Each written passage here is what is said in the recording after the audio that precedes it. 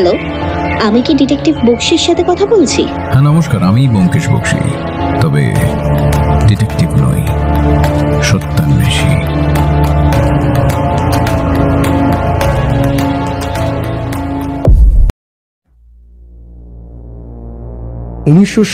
সালের অক্টোবর মাস। দুদিন হলো ব্যোমকেশ, সত্যবতী এবং আমি বীরভূম থেকে বাড়ি ফিরে এসেছি। যেরকম ভয়ানক পরিস্থিতির মধ্যে দিয়ে আমরা গিয়েছি এই কদিন, সে কথা ভাবলেই বুকটা এখনো কেঁপে ওঠে। মানুষ কুসংস্কারের বশবর্তী হয়ে যে অজানা এক মৃত্যু লীলায় নিজেকে জর্জরিত করে, গত এক সপ্তাহের মধ্যে ভালো করেই তা উপলব্ধি করতে পেরেছি। যে ঘটনা আমি বলতে চলেছি, সেই ঘটনা কোনো দিনই আমার স্মৃতি থেকে মুছবে না। শুধু আমার নয়, ব্যোমকেশ এবং সত্যবতীও হয়তো ভুলতে পারবে না।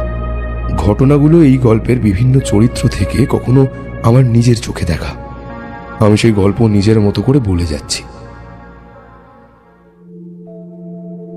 বীরভূম ছোটনাগপুর মালভূমির সম্প্রসারিত অংশে অবস্থিত।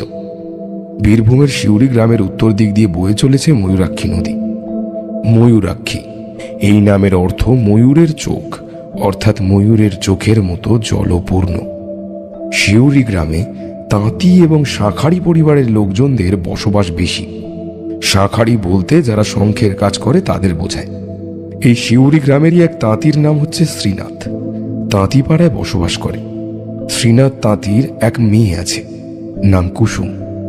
21 বছর বয়সী এই মেয়েটি দেখতে সুন্দরী। বৃহস্পতিবার সকালে স্নান করে পূজা করার রীতি রয়েছে তাঁতি পাড়ায়। গ্রামের মেয়েরা সেদিন নদীতে স্নান করতে যায়। কুসুম সকালে নদীতে স্নান করতে গেল। ফেরার সময় শিশির কুসুমের সামনে এসে দাঁড়ায়। কুসুম বলে, আমার পথ ছেড়ে দাও। তুমি আমার কথাটা একবার শোনো। আমি তোমার কোনো কথা শুনতে চাই না, তুমি ঠক। আমাকে একবার কথা বলার সুযোগ দাও, আমি তোমাকে সব বুঝিয়ে বলছি। ঠিক আছে, যা বলার তাড়াতাড়ি বলো। আমি জানি তোমাকে সত্যিটা বলে দেওয়া উচিত ছিল, কিন্তু তোমাকে যদি হারিয়ে ফেলি তাই বলতে পারিনি ভয়। তোমার যে আগেও একবার বিয়ে হয়েছিল, এটা তুমি নিজের মুখে আমাকে বলতেই পারতে। মানুষের স্ত্রী মারা যেতেই পারে, কিন্তু তুমি আমার থেকে সেটা লুকিয়েছ। বিশ্বাস করো, আমি সত্যটা লুকিয়েছি কেবল ভয়ে। যদি তুমি আমাকে ছেড়ে দাও সেই ভয়ে। তুমি আমাকে মাফ করে দাও কুসুম। ঠিক আছে, তোমায় ক্ষমা করলাম, তবে আর কখনো আমার মিথ্যে কথা বলো না। কথা দিচ্ছি আর কখনো এমন হবে না। আমায় ভালোবাসো তো আগের মতন? ভালোবাসি, আগের মতোই ভালোবাসি। তাহলে একটা চুম্বন দাও। না, এখন না। এখন আমি যাই, না হলে দেরি হয়ে গেলে বাবা চিন্তা করবেন। আবার কবে দেখা হবে? যখন তুমি আমায় মনে করবে, আমি তখনই তোমার কাছে ছুটে চলে আসব। তোমাকে সব সময় মনে পড়ে। তাহলে বিয়ে করে তোমার ঘরে নিয়ে যাও আমায়। সত্যি বলছো? হ্যাঁ বলছি, আমায় তুমি বিয়ে করে তোমার ঘরে নিয়ে যাও। ঠিক আছে, আমি তোমার বাবার সাথে কথা বলবো। নবদ্বীপের তেহট্ট গ্রামের রহস্য সমাধানের পর ব্যোমকেশ সত্যবতীর ভালোবাসা পেয়েছিল ঠিকই, কিন্তু তখনও বিবাহ হয়নি। আসলে সত্যবতী স্নাতকোত্তরটা সম্পূর্ণ করতে চেয়েছিল। আচ্ছা, আমি যদি গ্র্যাজুয়েশন শেষ করে বিয়ে করি, তুমি কি খুব রাগ করবে? রাগ করবো কেন? তুমি সম্পূর্ণ করো। তোমার মুখ দেখে বোঝা যাচ্ছে কিন্তু যে তুমি রাগ করছো। না, আমি রাগ করছি না। তাহলে একটু হাসি মুখে বলো লক্ষ্মীটি, মাত্র 3 বছরের তো ব্যাপার। আচ্ছা ঠিক আছে বাবা, করো। এবার হয়েছে? হ্যাঁ হয়েছে। আর তাই এই বছর অর্থাৎ 1937 সালের 15ই সেপ্টেম্বর ব্যোমকেশ আর সত্যবতীর বিয়েটা সম্পূর্ণ হলো। বিয়ের পর 2 সপ্তাহ কেটে গেছে। হ্যারিসন রোডের এই বাড়িটির 3 তলায় ব্যোমকেশ, পুটিরাম আর আমি থাকতাম। আর এখন সত্যবতী এই সংসারের গৃহিণী হয়েছে। আমি বললাম, কি হে ব্যোমকেশ, বিয়ের পর জীবন কেমন বুঝছো? এখনো তো ভালোই বুঝছি ভাইয়া, তবে জানি না সামনের দিনগুলোতে কেমন হবে। আচ্ছা, বিয়ে তো হলো, তোমরা কোথাও বেড়াতে যাবে না? যতটুকু জমানো ছিল বিয়েতে তা প্রায় শেষ হয়ে গেছে। এই অবস্থায় বেড়ানোর কথা ভাবাও ঠিক নয়। এমন সময় রান্নাঘর থেকে বসার ঘরে এসে দাঁড়ালো সত্যবতী। বিয়ের পর হাতে শাঁখা পলা, লাল টকটকে সিঁদুর পরে পরনে একটা লাল শাড়িতে তাকে সুন্দর মানিয়েছে। সত্যবতী বলল, আমি কি তোমায় বিদেশে নিয়ে যেতে বলেছি নাকি? তুমি আমায় বীরভূমে নিয়ে চলো, আমার ভীষণ ইচ্ছে সেখানে বেড়াতে যাবার। তা এত জায়গা থাকতে বীরভূম কেন? কারণ বীরভূমে অনেক কিছু দেখার আছে। যেমন? যেমন 51 সতীপীঠের 5টি পীঠস্থান, হেতমপুর রাজবাড়ি আছে, আর কবিগুরুর শান্তিনিকেতন তো আছেই। আর বলতে হবে না ব্যোমকেশ, তোমার বাকিটুকু অর্থ যাবে দেখছি। তুমি কিছু টাকা ধার দিও ভাই পরে। তথাস্তু। শ্রীনাথ তাঁতি বাড়ি ফিরল সন্ধ্যার পর। আজ ফিরতে দেরি হলো বাবা? কয়েকটা নতুন কাপড়ের বায়না পেয়েছি, সেই বায়নার কাপড়গুলোই বুনছিলাম। আচ্ছা ঠিক আছে, যাও তুমি হাত মুখ ধুয়ে নাও, আমি চা করে দিচ্ছি। না রে মা, আজ আর চা খাবো না। তুই বরং রাতের খাবার চড়িয়ে দে, বুঝলি? খেয়ে শুয়ে পড়বো। তোমার শরীর খারাপ করছে আবার? না না না না না, একটু ক্লান্ত হয়ে পড়েছি। যা। ঠিক আছে, তুমি বসো, আমি রান্না চড়িয়ে দিচ্ছি। কুসুমের যখন 10 বছর বয়স, তখন ম্যালেরিয়ায় কুসুমের মা মারা যায়। তারপর থেকে তার বাবাই তাকে বড় করেছে। মঙ্গলবারের সকালবেলা ব্যোমকেশ, সত্যবতী আর আমি বীরভূমের উদ্দেশ্যে যাত্রা করলাম। থাকার জায়গার কথা জিজ্ঞাসা করতে সত্যবতী বলল, দেখো, থাকার জায়গা নিয়ে তোমাদের চিন্তা করতে হবে না। বীরভূমের সিউড়িতে আমার এক বান্ধবী থাকে, তার বাড়িতেই থাকবো। আমি তাকে চিঠি পাঠিয়ে দিয়েছিলাম, কোনো অসুবিধা হবে না। শিউড়িতে? শিউড়িতে তোমার বান্ধবী হলো কি করে? আমরা একসঙ্গে কলেজে পড়তাম। সিউড়ি গ্রামের আমার বান্ধবী একমাত্র মেয়ে যে কলেজে পড়েছে, জানো? আগে তো বলনি তোমার এই বান্ধবীর কথা। তার নাম কি ওই বান্ধবীর? কুসুম।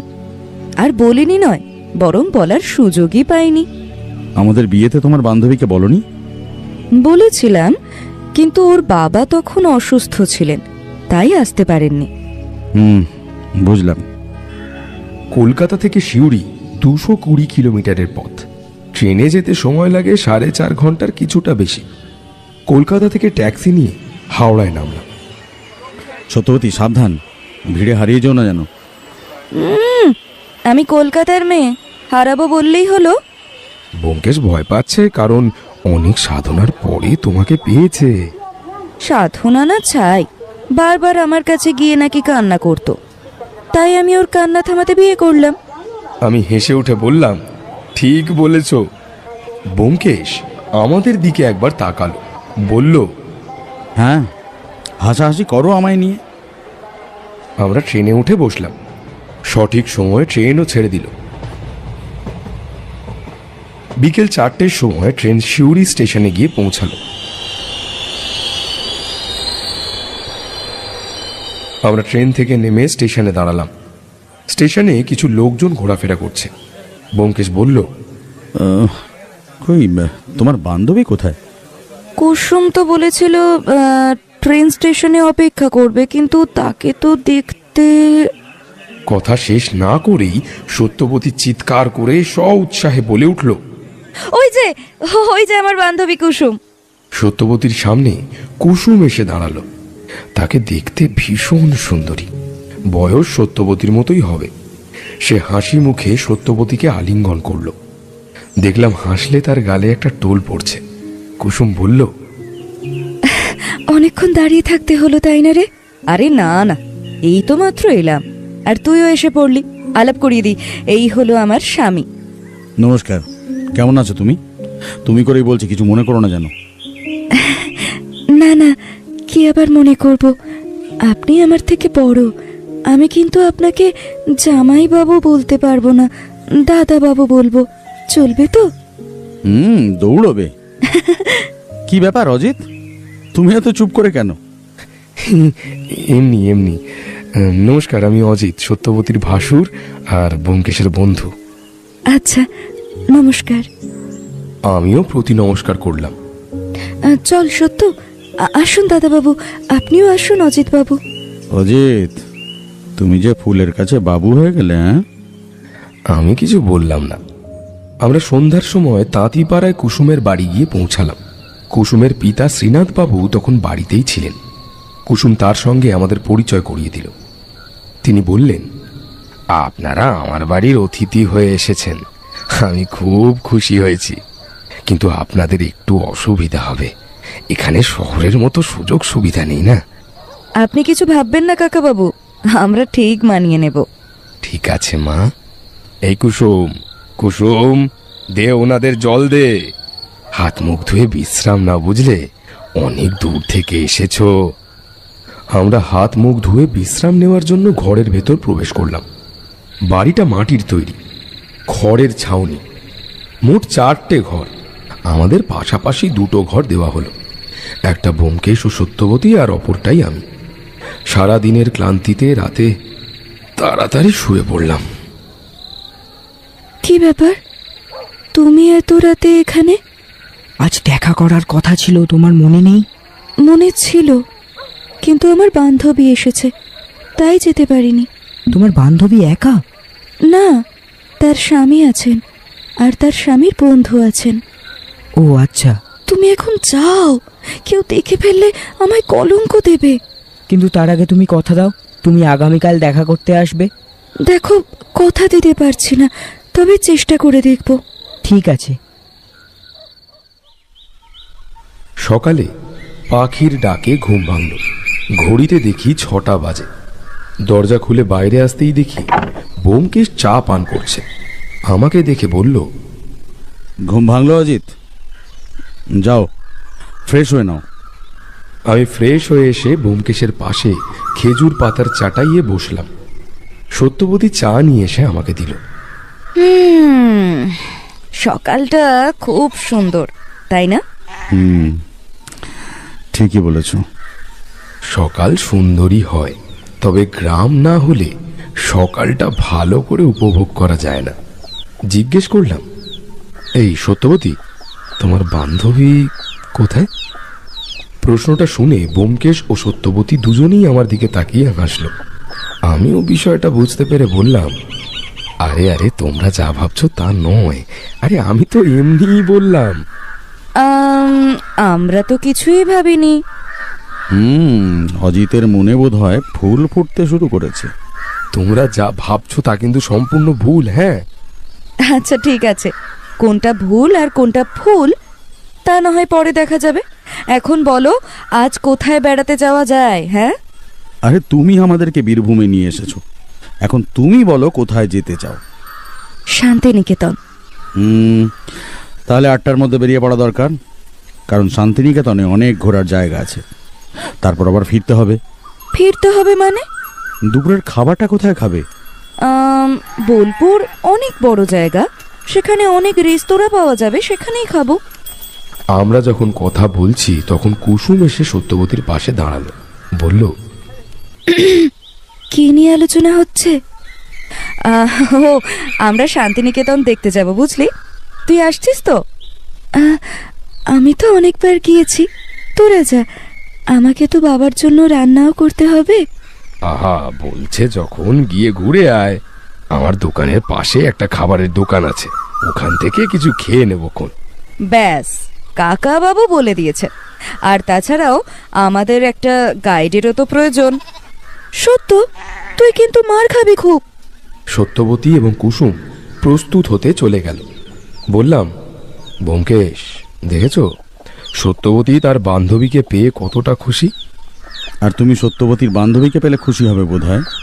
এই, আমার সঙ্গে মজা করছো? করো করো, এখন তো তোমারই দিন। বোলপুরে পৌঁছতে আমাদের 1.5 ঘন্টার কিছু বেশি সময় লাগলো। সেখান থেকে শান্তিনিকেতনে পৌঁছতে আরও কিছুটা সময় গেল। শান্তিনিকেতনে পৌঁছানোর পর কুসুম বলল, তুই যে তখন বললি গাইড হয়ে থাকতে। আরে বাবা, সে তো মজা করে বলেছিলাম।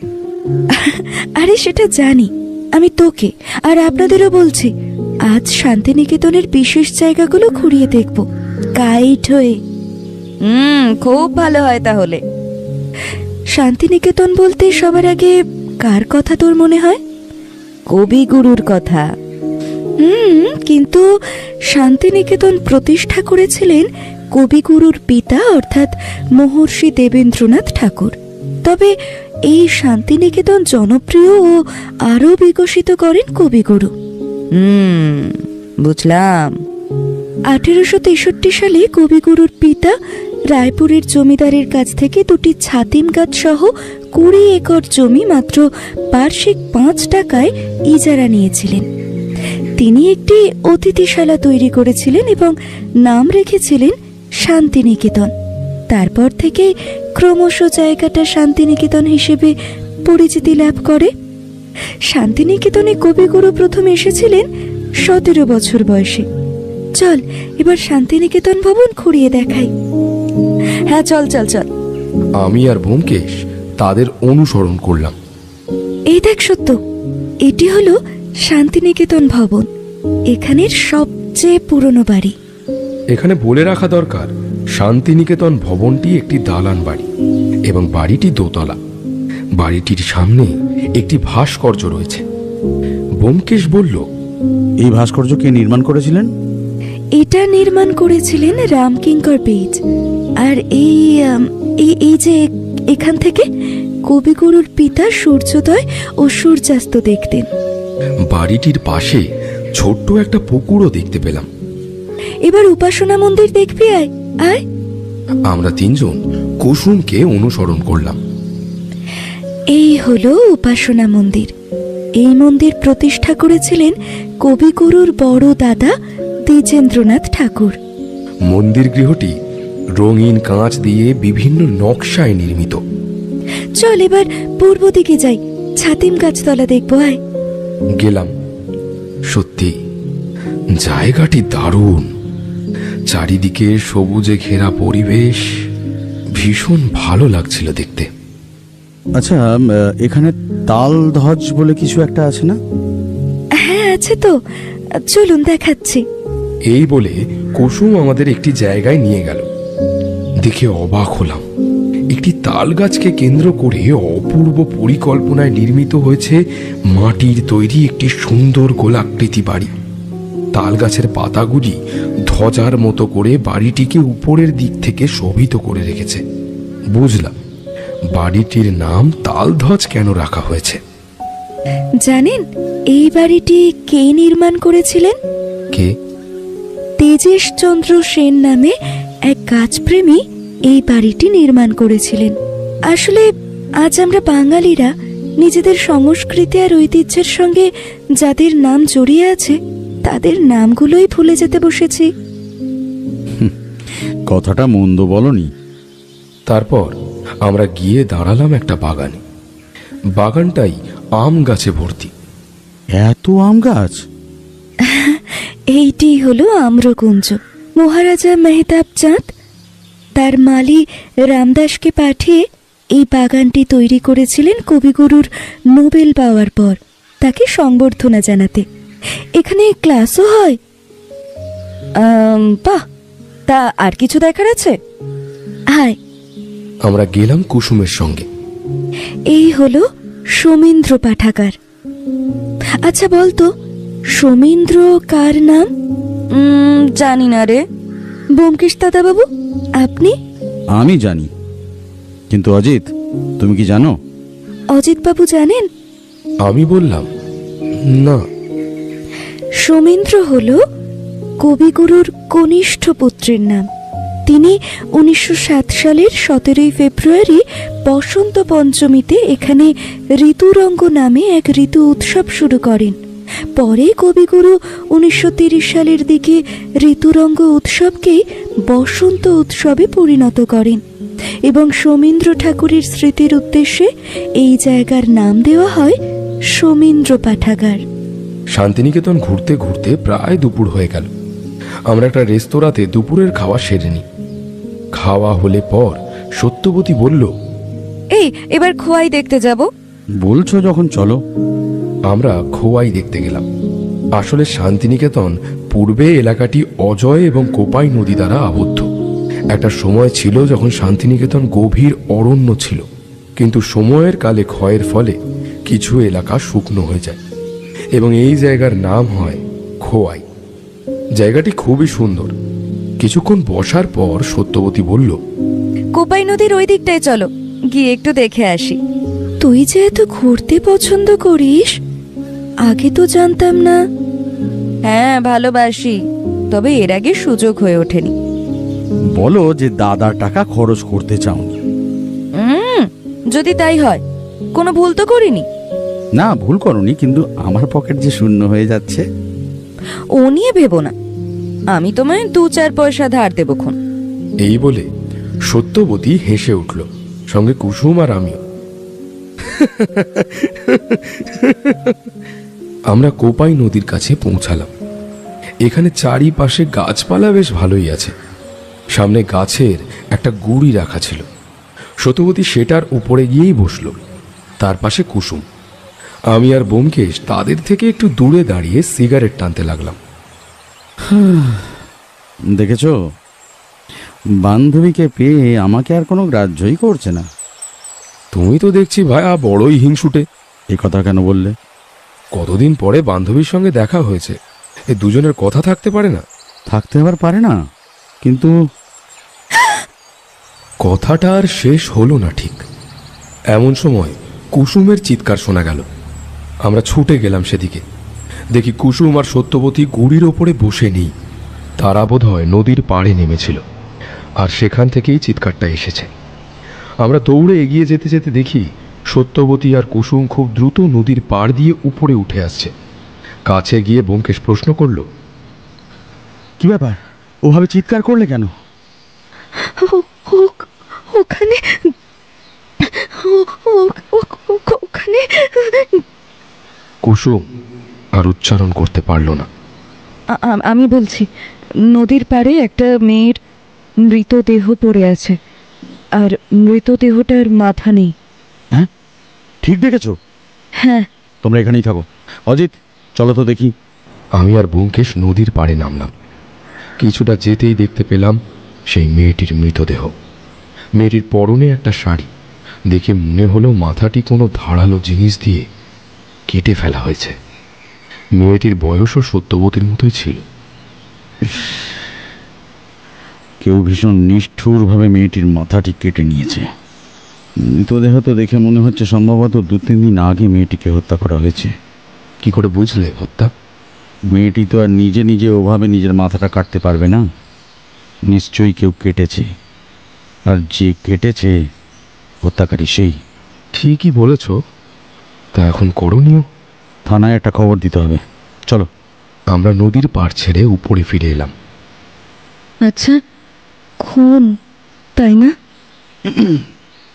মনে তো তাই হচ্ছে। আচ্ছা শোনো, আমরা থানায় যাবো একবার। কেন? একটা মৃতদেহ পড়ে আছে নদীর ধারে, একজন সাধারণ মানুষ হয়ে সেটা থানায় জানানো আমাদের কর্তব্য। ততক্ষণ কুসুম একটু স্বাভাবিক হতে পেরেছিল। সে বলল, দাদাবাবু ঠিকই বলেছেন, চলুন আমিও সাথে যাব। কিরে, যাবি তো সত্য? হ্যাঁ, যাব। ব্যোমকেশ নিষেধ করল না, কারণ ওদের রেখে যাওয়া যাবে না।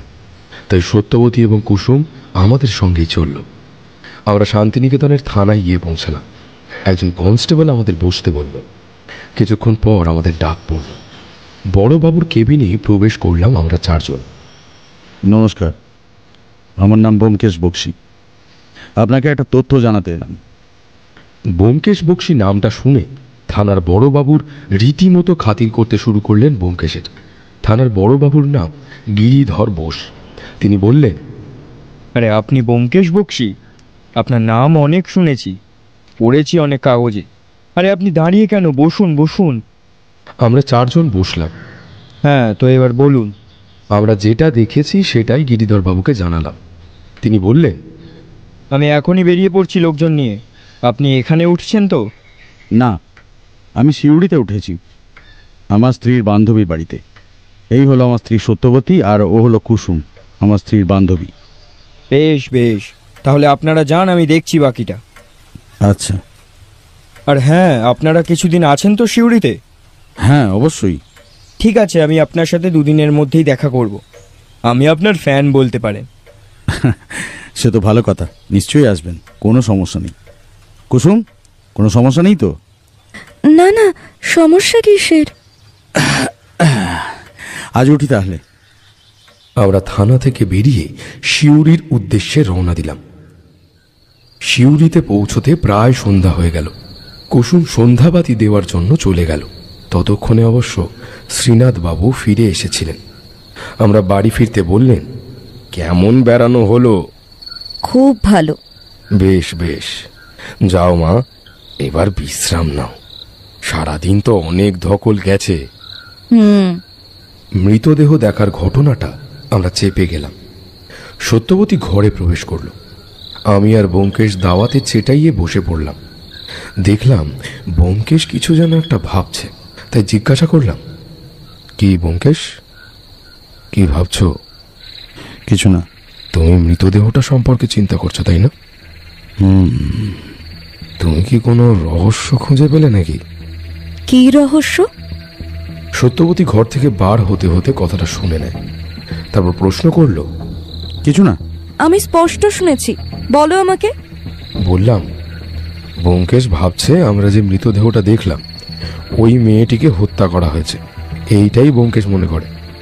যদি তাই সত্যি হয়? তার জন্য পুলিশ রয়েছে, আর আমরা এখানে বেড়াতে এসেছি, কোনো রকম তদন্ত করতে নয়। আর ধরো যদি কেসটা তোমার কাছে আসে? যদি আসে তখন দেখা যাবে। কথায় ইতি পড়ল, কারণ কুসুম সন্ধ্যা দিয়ে চা তৈরি করে এনেছে। চা দেওয়ার পর কুসুম বলল, সত্যবতী, তুই তো আগে বলিসনি যে দাদাবাবু একজন গোয়েন্দা? আরে বাবা, বলার সুযোগ পেলাম কখন? গ্র্যাজুয়েশনের প্রথম 6 মাস কলেজে এসেছিস তুই, তারপর কলেজে এসেছিস শুধু পরীক্ষা দিতে। বিয়েতেও তো আসতে পারলি না, তবে বলবো কিভাবে? হ্যাঁ, তা অবশ্য ঠিক।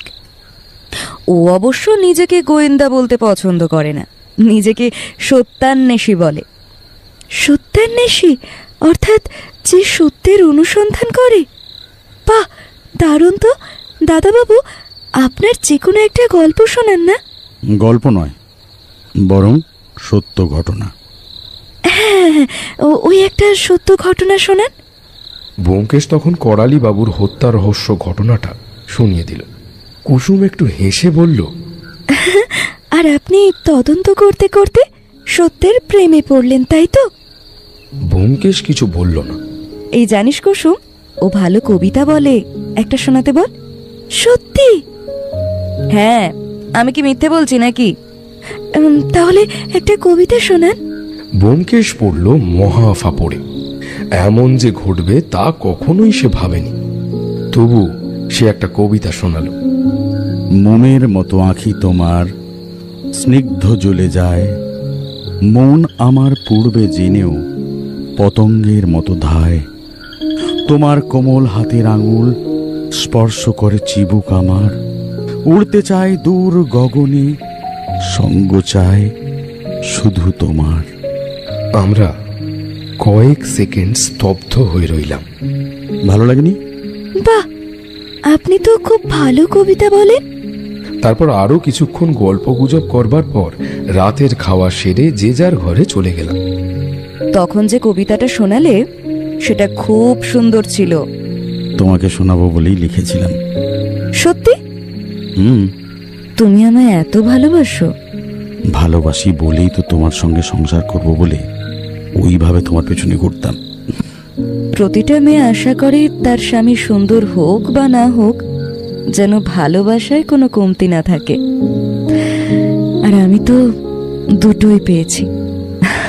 আমি সত্যিই ভাগ্যবতী। আমিও কি কম ভাগ্যবান বলো যে তোমার মতন একজন সঙ্গী পেলাম? জানো, আমি ভাবতাম তুমি হয়তো ক্ষণকালের ভালো লাগায় আমাকে চেয়েছিলে, তাই তোমায় প্রথম প্রথম পাত্তা দিতাম না। বুঝলাম। আসলে আমি তো সুন্দরী নই, তাই ভেবেছিলাম তুমি আমার সঙ্গে প্রেমের বাহানা করে ঘুরে বেরিয়ে পরে প্রত্যাখ্যান করবে। কারণ পুরুষেরা প্রেম করার সময় সুন্দরী অসুন্দরী এসব দেখে না, কিন্তু বিয়ে করার সময় তাদের সুন্দরী মেয়ে চাই। কিন্তু সব পুরুষেরা যে এক হয় না। এমন অনেক পুরুষ রয়েছে যারা সুন্দরের চেয়ে বিশ্বাসযোগ্য কাউকে চায়, চরিত্রবতী কাউকে চায়। আমি তোমাকে বুঝতে ভুল করেছিলাম, আর সেজন্য এখনো অনুতাপ হয় আমার। থাক, তোমায় আর অনুতাপ করতে হবে না। ভালোবাসা সহজে পেয়ে গেলে তা মূল্যহীন হয়ে যায়। একটু কষ্ট, একটু বেদনা, ভয়, এইগুলো না থাকলে ভালোবাসা ঠিক গভীর হয় না, বুঝলে? সকালের চা জল খাবার খেয়ে আমি আর ব্যোমকেশ গ্রামের বাজারের দিকে গেলাম। বাজারটা বেশ বড়, চারিদিকে নানান জিনিসপত্র বিক্রি হচ্ছে। ব্যোমকেশ দেখি মাছ বাজারের দিকে এগিয়ে গেল, আমিও তাকে অনুসরণ করলাম। ব্যোমকেশ একটি ইলিশ মাছ কিনল। আমি অবাক হয়ে বললাম, কি ব্যাপার ভাইয়া, ইলিশ মাছ কিনলে? ইচ্ছে হলো। সেটা তো জানি, কিন্তু এত বড় মাছটা যে নিলে, বেড়াতে গেলে দুপুরে তো খাওয়া হবে না, আর রাতে এতটা মাছ খেতে পারবে তো? আজ শিউড়িতেই থাকবো। বেড়াতে যাবে না? এই সত্যবতী ছাড়বে? শিউড়িতেই একটা বেড়ানোর জায়গা আছে, আজ সেইখানেই যাব। কোথায় বলো তো? হেতমপুর রাজবাড়ি। আমরা বাড়ি ফিরলাম। ব্যোমকেশের হাতে মাছ দেখে কুসুম বলে উঠল, এ কি করেছেন দাদাবাবু?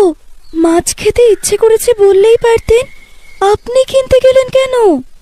সকালে বাজারে গেলাম, টাটকা মাছ বিক্রি হচ্ছে দেখে কিনে ফেললাম। এটা কিন্তু আপনি ভালো করলেন না। আপনি আমাদের বাড়ির অতিথি, আর আপনি কিনা মাছ কিনে খাবেন? আরে ওতে কিচ্ছু হয় না। যাও, এবার তুমি আর সত্য মিলে কাজে লেগে যাও তো দেখি। শ্রীনাথবাবু খুব ভোরেই দোকানে চলে গিয়েছিলেন।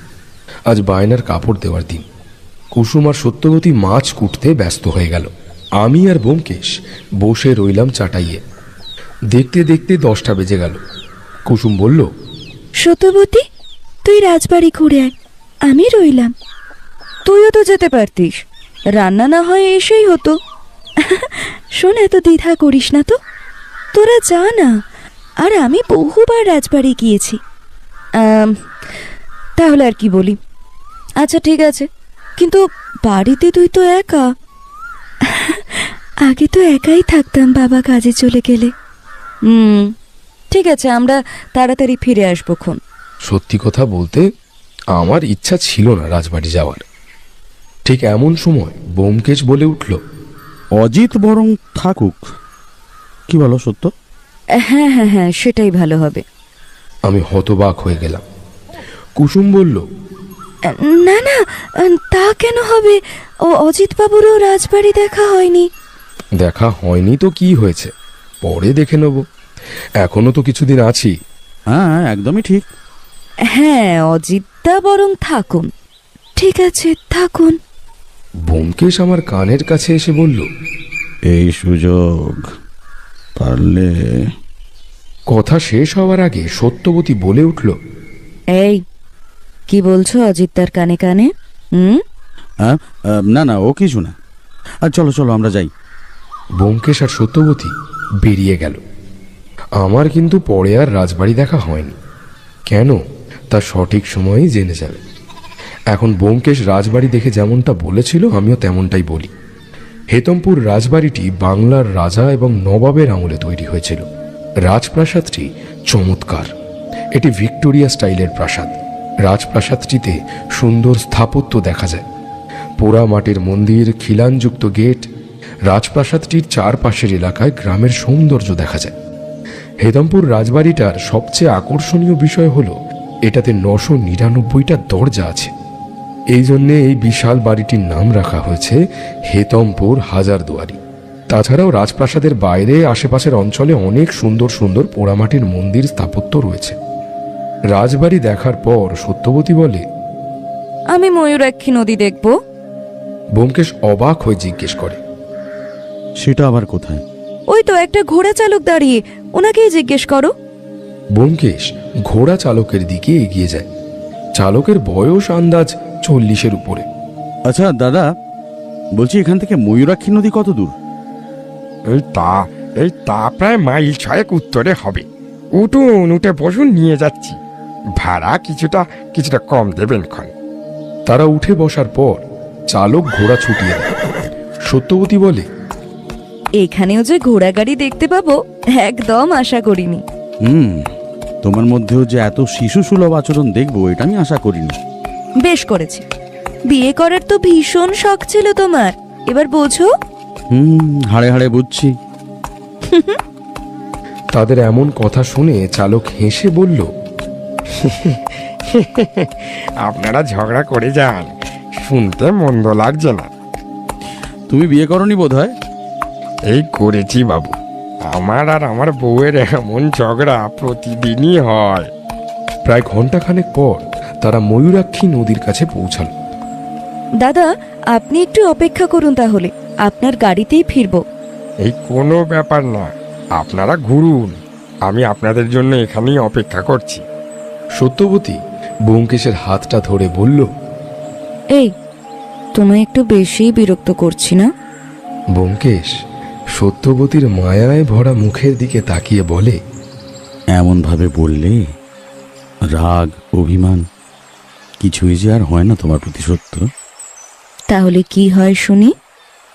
শুধু ভালোবাসা বাড়ে, আর বারে বারে তোমার প্রেমে পড়ি। যা, শুধু দুষ্টুমি করার ফন্দি, তাই না? যা। সরি, মুখ ফসকে বেরিয়ে গেছে। ময়ূরাক্ষী নদী বয়ে চলেছে শান্তভাবে। দূরে এক একটা জেলে নৌকা দেখা যাচ্ছে। নদীর জল স্বচ্ছ, জলের নিচের নুড়ি পাথর অবধি দেখা যাচ্ছে। বাহ, নদীর জল ভীষণ সুন্দর। এসো, জলে পা ডুবিয়ে বসে কিছুক্ষণ। ব্যোমকেশ সত্যবতীর কথা মতো জলে পা ডুবিয়ে বসল। কি ভাবছো?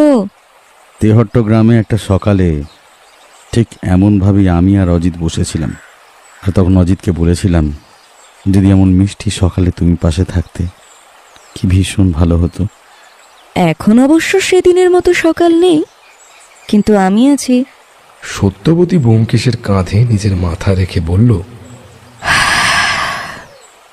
এইভাবেই যেন তোমার সঙ্গে থাকতে পারি। আমিও। দুপুর 2টোর সময় ব্যোমকেশ ও সত্যবতী ফিরে এলো। একটু বেশি দেরি হয়ে গেল না? আরে না, মোটে 2টো তো বাজে। কেমন ঘুরলি সত্য? ভীষণ ভালো। তা তোদের খাওয়া হয়েছে তো? না, আমি অজিত বাবুকে কতবার বললাম খেয়ে নিতে, কিন্তু উনি বললেন তোরা এলে একসঙ্গে খাবে।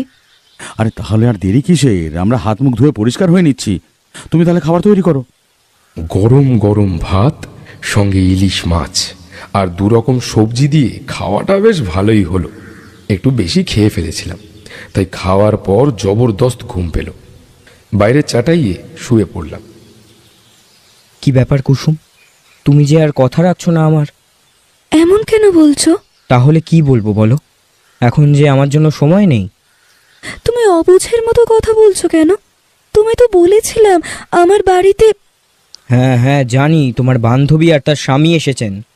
তাহলে বলো, তাদের ছেড়ে কিভাবে তোমার কাছে আসি? তবুও তো গতকাল রাতে লুকিয়ে দেখা করলাম। তোমাকে আমি সম্পূর্ণ চাই।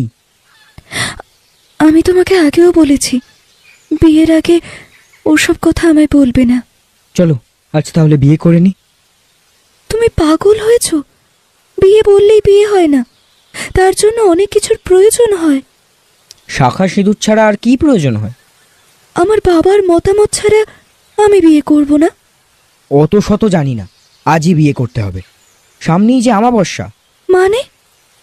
কিছু না, আমি আজ তোমার জন্য অপেক্ষা করব নদীর পাড়ে, তুমি আসবে। আমি আসবো না। কেন? আমি আমার বাবার অনুমতি ছাড়া বিয়ে করতে পারবো না তোমায়। আর তুমি না বলেছিলে আমার বাবার সঙ্গে কথা বলবে? তোমার বাবা যদি না মানেন? বাবাকে বোঝাবো আমরা। আর যদি তোমার বাবা না বোঝেন? তুমি এমন নেগেটিভ কথা বলছো কেন বলো তো? কারণ আছে তাই বলছি।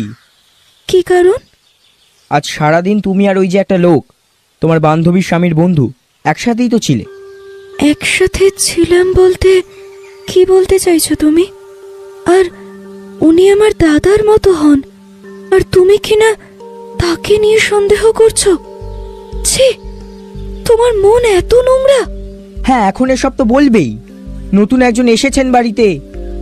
আমি এলাম। কোথায় যাবে? বাড়িতে। আজ রাতে তাহলে আসছো তো?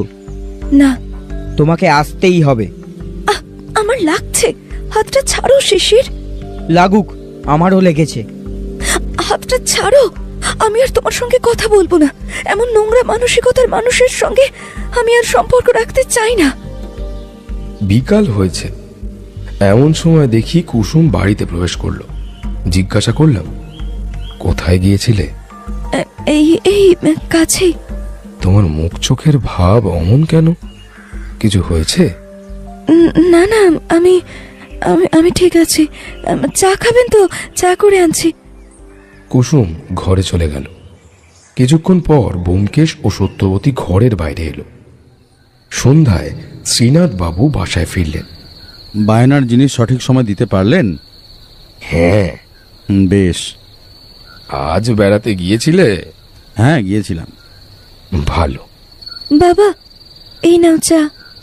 এই বলছি বাবা, তোমাদের তোমাদের কোনো সমস্যা হচ্ছে না তো এখানে? ও নিয়ে আপনি একদম ভাববেন না, আমরা বেশ আছি। শুনে ভালো লাগলো মা।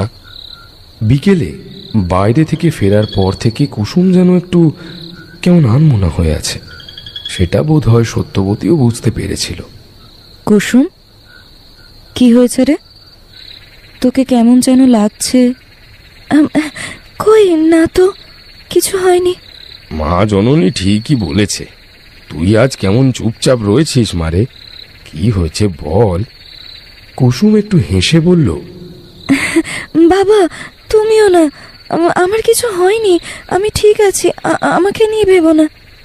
তুই আমার একমাত্র মেয়ে, তোকে নিয়ে ভাববো না তো কাকে নিয়ে ভাববো শুনি? কাকা বাবু, আমি বলি কি, কুসুমের এবার একটা বিয়ে দিয়ে দিন।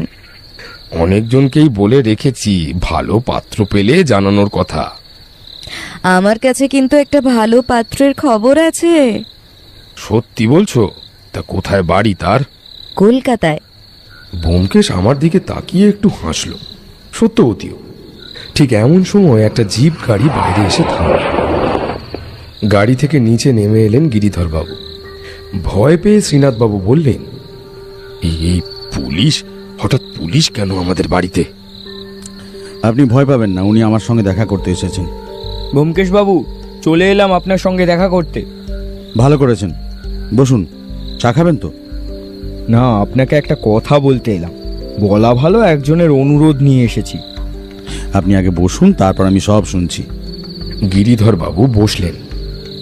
এবার বলুন, কি ব্যাপার? বলি শুনুন, আপনার ভীষণ ইন্টারেস্টিং লাগবে। আপনারা যে মেয়েটির মৃতদেহ আবিষ্কার করলেন, জানেন সে কে? মৃতদেহ? কোন মৃতদেহ? বাবা, তোমাকে পরে বলবো এসব। শ্রীনাথবাবু থেমে গেলেন।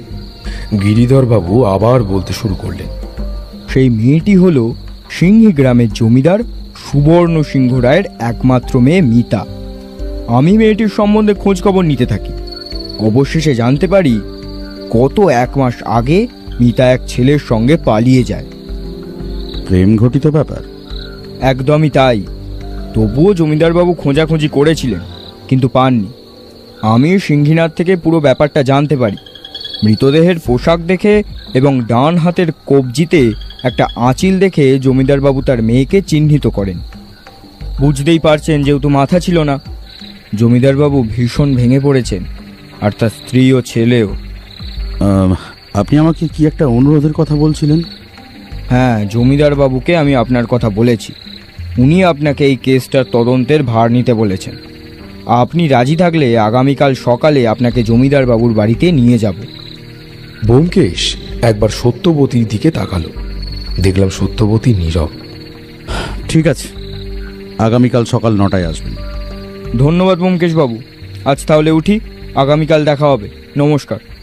নমস্কার। গিরিধরবাবু চলে গেলেন। হাত ঘড়িতে দেখি 8:15 বাজে। রাতের খাবার সেরে নিলাম। আমি যদি কেসটা নিই, তুমি রাগ করবে? দেখো, সত্যান্বেষণ করা তোমার কাজ। তুমি তোমার কাজ করবে, আর আমি তাতে রাগ করবো কেন? না, বেড়াতে এসে তদন্ত শুরু করলে আর ঘোরা হবে না। তোমার খারাপ লাগবে না তো? না, কারণ আমি জানি আমার স্বামী একটি মেয়ের খুনিকে খুঁজতে যাবে, আর আমি মেয়ে হয়ে তা বাধা দিতে পারি? তোমার মতো যদি সবাই বুঝতো। কি করতে? সবাইকে বিয়ে করে নিতে বুঝি? হ্যাঁ, তা মন্দ হতো না। এই, আমার দিকে ছাড়া একবার অন্য মেয়ের দিকে তাকিয়ে দেখোই না। তা কি করবে তুমি? তোমার চোখ গেলে দেবো একদম। এত অধিকার? হবে না? তুমি আমার স্বামী। রাত তখন 12টা। এমন সময় শ্রীনাথবাবু বাইরে থেকে ডাক দিলেন।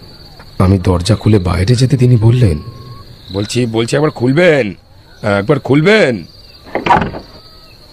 বলছি কুসুমের জ্বর উঠেছে, সঙ্গে বমিও হচ্ছে, ডাক্তারের কাছে নিয়ে যেতে হবে। হ্যাঁ, একটু দাঁড়ান, আমি ব্যোমকেশকে ডাকছি। ব্যোমকেশকে ডাকলাম। ব্যোমকেশ দরজা খুলে বাইরে এলো। এত রাতে ব্যাপার কি? কুসুমের জ্বর উঠেছে বলছে, বমিও করছে, ডাক্তারের কাছে নিয়ে যেতে হবে, বুঝলে? তুমি যাবে? সত্যবতী ঘুমোচ্ছে, তাহলে তো ওকেও ডাকতে হবে। মা জননী ঘুমোক, ওকে ডাকতে হবে না। আচ্ছা ঠিক আছে, একটু দাঁড়ান, আমি পাঞ্জাবিটা পরে আসি। আমরা তিনজন কুসুমকে নিয়ে ডাক্তারের বাড়ির উদ্দেশ্যে গেলাম। ডাক্তারের বাড়ি শাখারিপাড়া ফেলে যেতে হয়। কুসুম কথা বলতে পারছে না, কথা বলতে গেলেই তার বমি হচ্ছে। ডাক্তারের নাম নীলু প্রামাণিক। তাকে ডাকলাম। তিনি ঘুম ছেড়ে উঠে কুসুমকে দেখে একটা ট্যাবলেট নিয়ে কুসুমের মুখে দিয়ে বললেন চিবিয়ে খেতে। প্রায় 5 মিনিট পর বমিটা একটু কমল। তারপর জ্বরের ওষুধ দিয়ে নীলু ডাক্তার 3 বার খেতে বলে দিলেন এবং জ্বর কমে গেলে তবে যেন ওষুধ বন্ধ করা হয় সেটাও তিনি জানিয়ে দিলেন। এবার চলো, সত্যবতী বাড়িতে একা আছে। হ্যাঁ হ্যাঁ বাবা, চলো চলো। কুসুমের শরীর দুর্বল হয়ে গেছে বমি হওয়ার জন্য, ফলে তাকে ধীরে সুস্থে বাড়িতে নিয়ে আসা হলো। কিন্তু বাড়ির কাছে এসেই অবাক হলাম। বাড়ির প্রধান দরজা বন্ধ করা ছিল, এখন সেটা হাট করে খোলা। ব্যোমকেশ দৌড়ে ভেতরে চলে গেল, আমিও গেলাম। সত্যবতী ঘরে নেই। ব্যোমকেশ ভাবল বাথরুমে গেছে, কিন্তু বাথরুমের দরজা বাইরে থেকে বন্ধ। ততক্ষণে শ্রীনাথ কুসুমকে ঘরে নিয়ে গিয়ে শুইয়ে দিয়ে আমাদের কাছে আসলেন।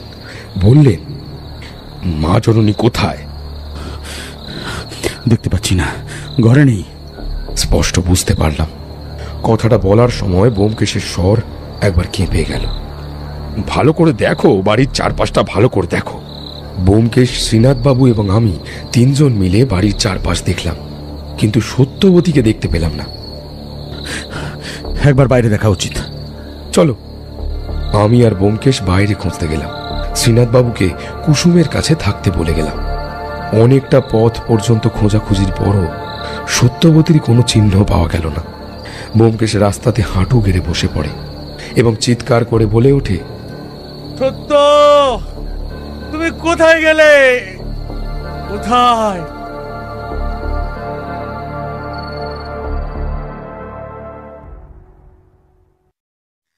আমি ব্যোমকেশকে বললাম, ব্যোমকেশ, ব্যোমকেশ আমার কথা শোনো, তুমি এভাবে ভেঙে পড়ো না। তুমি যদি এভাবে ভেঙে পড়ো তবে সত্যবতীকে খুঁজে বার করবো কিভাবে বলো তো? সত্যবতীকে খুঁজে পাবো তো আজি? অবশ্যই পাবো, তুমি শুধু নিজেকে সামলাও, ভেঙে পড়ো না।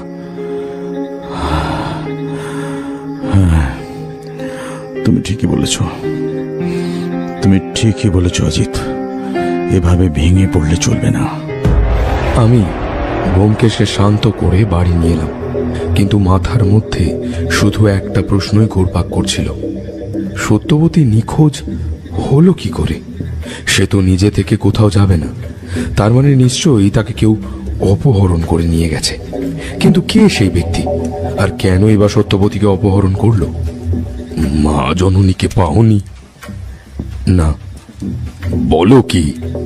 ঠিকই বলছে, নিশ্চয়ই কেউ সত্যবতীকে অপহরণ করে নিয়ে গেছে। এখন আমাদের সেই লোককে খুঁজে বের করতে হবে। শ্রীনাথবাবু, আপনি যান, ঘুমিয়ে পড়ুন, সকালে যা করার করতে হবে। ব্যোমকেশের কথা শুনে বুঝলাম সে একটু স্বাভাবিক হতে পেরেছে। সকালবেলা কথা মতো গিরিধরবাবু ব্যোমকেশকে নিতে এলেন। রাতের ঘটে যাওয়া ঘটনাগুলো তাকে শোনানো হলো। তিনি বিস্ময় প্রকাশ করে বললেন, বলেন কি, আপনার ওয়াইফ মিসিং? আপনি চিন্তা করবেন না ব্যোমকেশবাবু, আমি সব থানায় ইনফর্ম করে দিচ্ছি। আপনার ওয়াইফকে ঠিক খুঁজে বার করা হবে। ধন্যবাদ। তাহলে আমি আজ উঠি। আচ্ছা, বলেছিলেন যে জমিদার বাবু আমার সঙ্গে দেখা করতে চান। আপনি যাবেন? হ্যাঁ, কারণ সত্য অন্বেষণ করাটা আমার কাজ। চলুন তবে এখনই বেরিয়ে পড়ি। জমিদার বাড়ি পৌঁছতে বেশিক্ষণ সময় লাগলো না। আমরা বাড়িতে প্রবেশ করলাম। জমিদার বাবু, ইনি হলেন ব্যোমকেশ বক্সী, আর ইনি হলেন অজিত বাবু, ব্যোমকেশ বাবুর বন্ধু।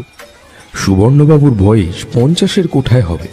মাথার চুল সাদা, পরনে দামি একটা পাঞ্জাবি। জমিদারবাবুর পাশে তার ছেলে বিপিন দাঁড়িয়ে আছে। জমিদারবাবু কথা বলার পর বুঝলাম তার গলার স্বর গম্ভীর। তিনি বললেন, আপনার নাম অনেক শুনেছি ব্যোমকেশ বাবু, তবে কখনো ভাবিনি যে আপনাকে আমার প্রয়োজন হবে, সেটাও আবার আমার মেয়ের খুনের তদন্ত করার জন্য। গিরিধর বাবুর কাছে আপনার মেয়ের ব্যাপারটা আমি শুনেছি। আপনার মেয়ে মিতা তার প্রেমিকের সঙ্গে বাড়ি ছেড়ে চলে গিয়েছিল। হ্যাঁ, আপনি ঠিকই শুনেছেন। আসলে আমি মিতার কথা মেনে নিইনি। যদি মেনে নিতাম তাহলে হয়তো এটা ঘটতো না। মিতা তার ভালোবাসার কথা আমায় জানিয়েছিল, বলেছিল সে একজনকে পছন্দ করে, কিন্তু আমি রাজি হইনি। আপনার মেয়ে তার প্রেমিকের নাম বলেছিল আপনাকে? না, আর আমিও জিজ্ঞাসাও করিনি। যাকে মেনে নেব না তার নাম জানার প্রয়োজন মনে করিনি। তারপর একদিন সকালে উঠে জানতে পারি যে আমার মেয়ে বাড়িতে নেই। টেবিলে একটা চিঠি ছিল। চিঠিতে কি লেখা ছিল? চিঠিতে মাত্র 2টো লাইন লেখা ছিল যে সে তার ভালোবাসার মানুষের সঙ্গে চলে যাচ্ছে। আমরা যেন তাকে বৃথা খোঁজার চেষ্টা না করি। আপনি খুঁজেছিলেন? আমার একমাত্র মেয়ে বলে কথা, না খুঁজে কি থাকতে পারি আপনি বলুন?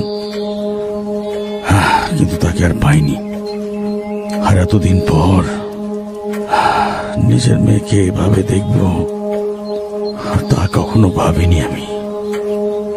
জমিদারবাবুর স্বর কান্নায় ধরে এলো। আপনি আমার মেয়ের হত্যাকারীকে খুঁজে দিন ব্যোমকেশ বাবু। আপনি যা চাইবেন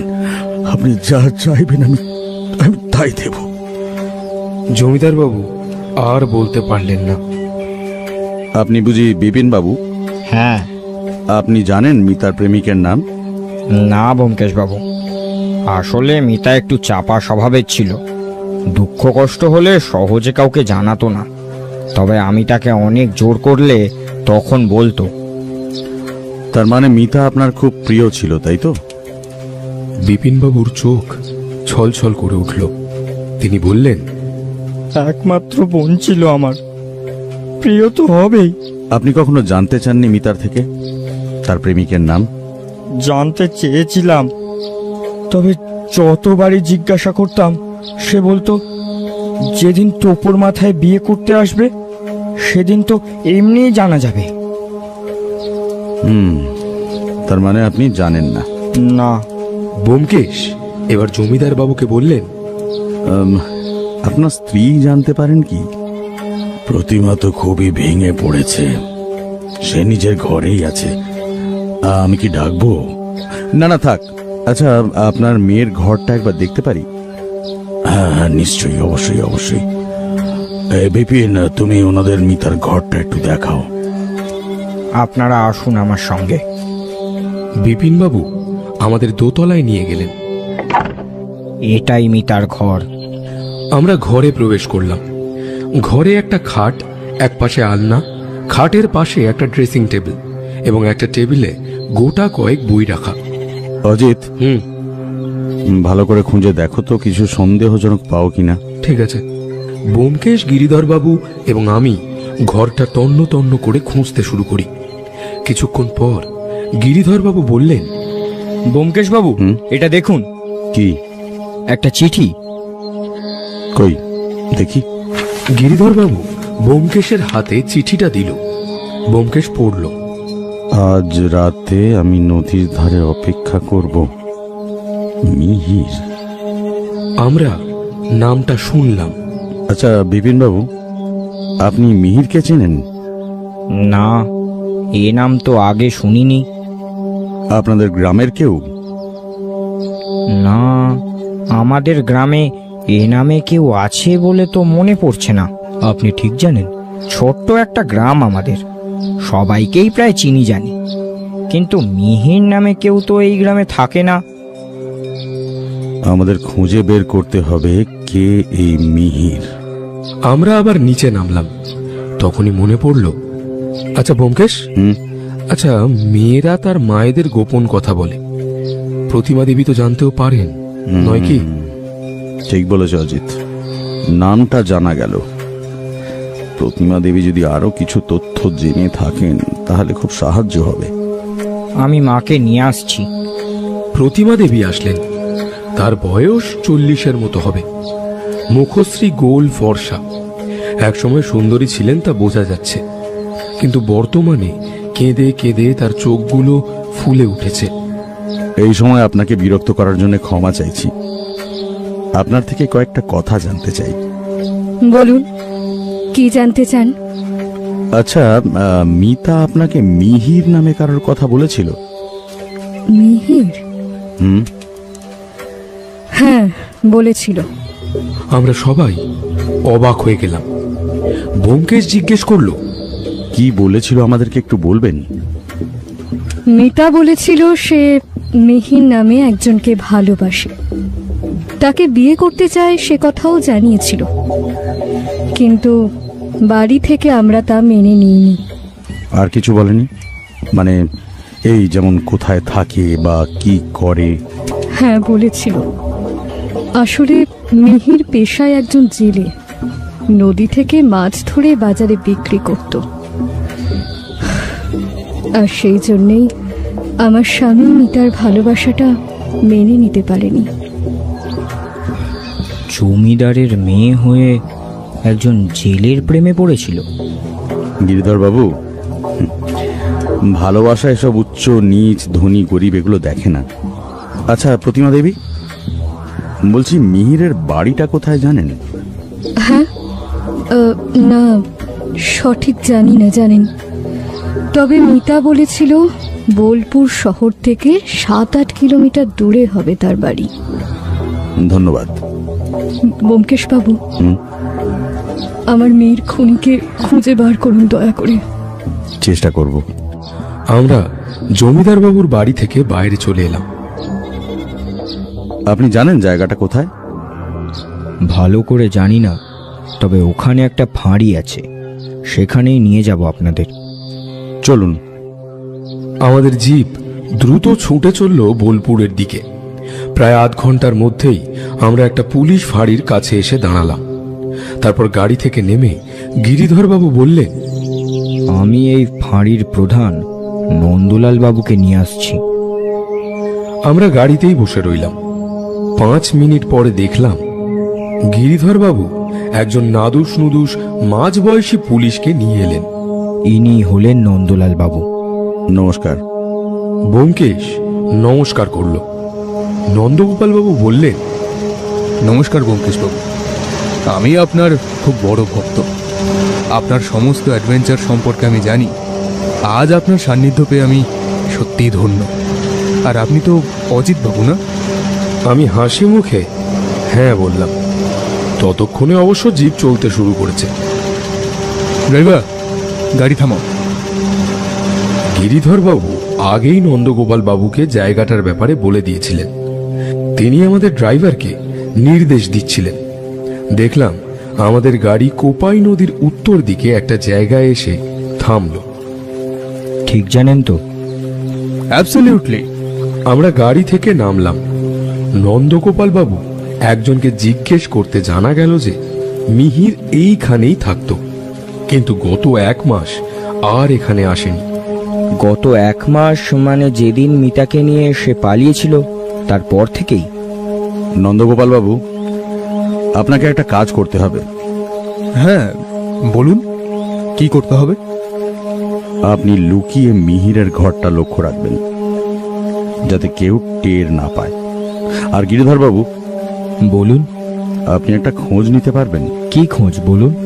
আপনি খোঁজ নিয়ে দেখুন যে এই রকম আর কোনো মেয়ের মাথাহীন মৃতদেহ বীরভূমের কোথাও পাওয়া গেছে নাকি। তাতে কি হবে? কেন জানি না, আমার বারবার একটা কথাই মনে পড়ছে। কি কথা ব্যোমকেশ? হ্যাঁ বলুন, কি কথা? মনে হচ্ছে মিতার হত্যা, সত্যবতী নিখোঁজ, এগুলো সব একসঙ্গে বাঁধা আছে কোনোভাবে। এই কথা কেন বলছো? ঠিক জানি না, তবে আমার মন বারবারই একই কথাই বলছে। ঠিক আছে, আমি খোঁজ নেব। চলুন তবে এবার ফেরা যাক, বিকেল তো হয়ে গেল। সত্যি সেই 9টায় বার হয়েছিলাম, এখন বাজে 4টে। খিদে পেয়েছে তাই না? না না, এখনো মিথ্যে বলাটা শিখলে না অজিত? ছাড়ো না। আমরা যখন বেরিয়েছিলাম তখন কুসুম ঘুম থেকে ওঠেনি। ঘুম থেকে ওঠার পর তার বাবার কাছ থেকে সব শুনে সে খুব ভেঙে পড়েছে। আমরা বাড়ি ফিরে দেখি শ্রীনাথ বাবু আর কুসুম বসে আছে।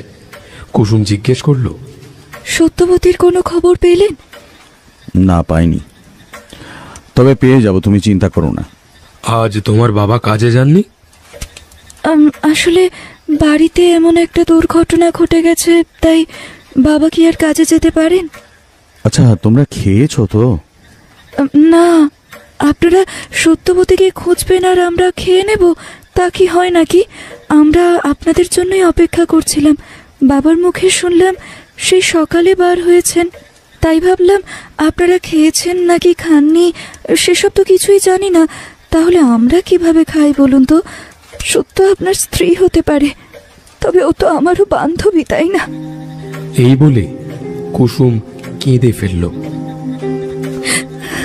কুসুম কুসুম কুসুম, কেঁদো না, কেঁদো না কুসুম। দেখো, আমরা ঠিকই সত্যবতীকে উদ্ধার করব। সকাল থেকে না খেয়ে আছো, এবার কিছু খেয়ে নেবে। চলো চলো চলো চলো, আর কেঁদো না, চলো। আপনারা খাবেন না? হ্যাঁ, আমরা তো খাবো। দেখতে দেখতে রাত্রি নেমে এলো, কিন্তু গিরিধর বাবু কোনো খবর নিয়ে এলেন না। তাই আমরা শুয়ে পড়লাম।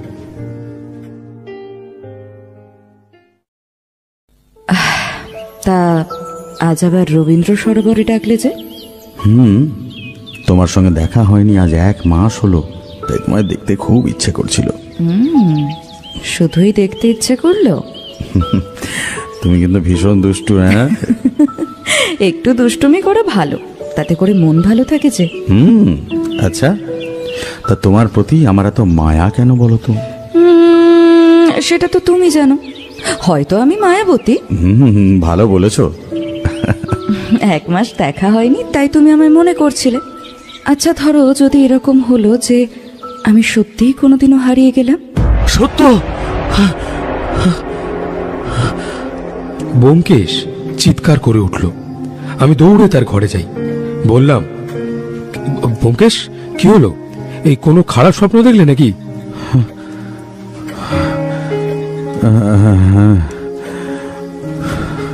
ঈশ্বর জানেন সত্যবতী কোথায় আছে, কেমন আছে। ব্যোমকেশের চোখে যেন জলের হালকা রেখা দেখলাম। বললাম, তুমি চিন্তা করো না, সব ঠিক হয়ে যাবে।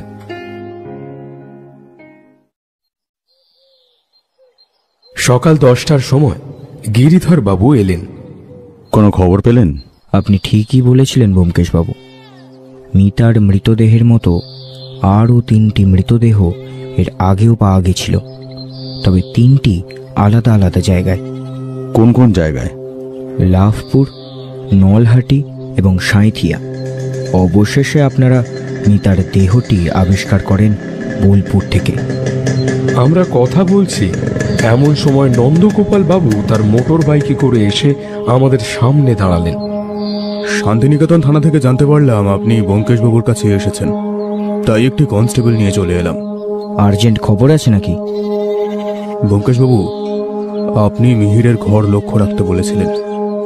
আজ ভোরবেলা 3টের সময় দেখি একজন লোক গায়ে কালো চাদর ঢাকা দিয়ে মিহিরের ঘরের তালা খুলছে।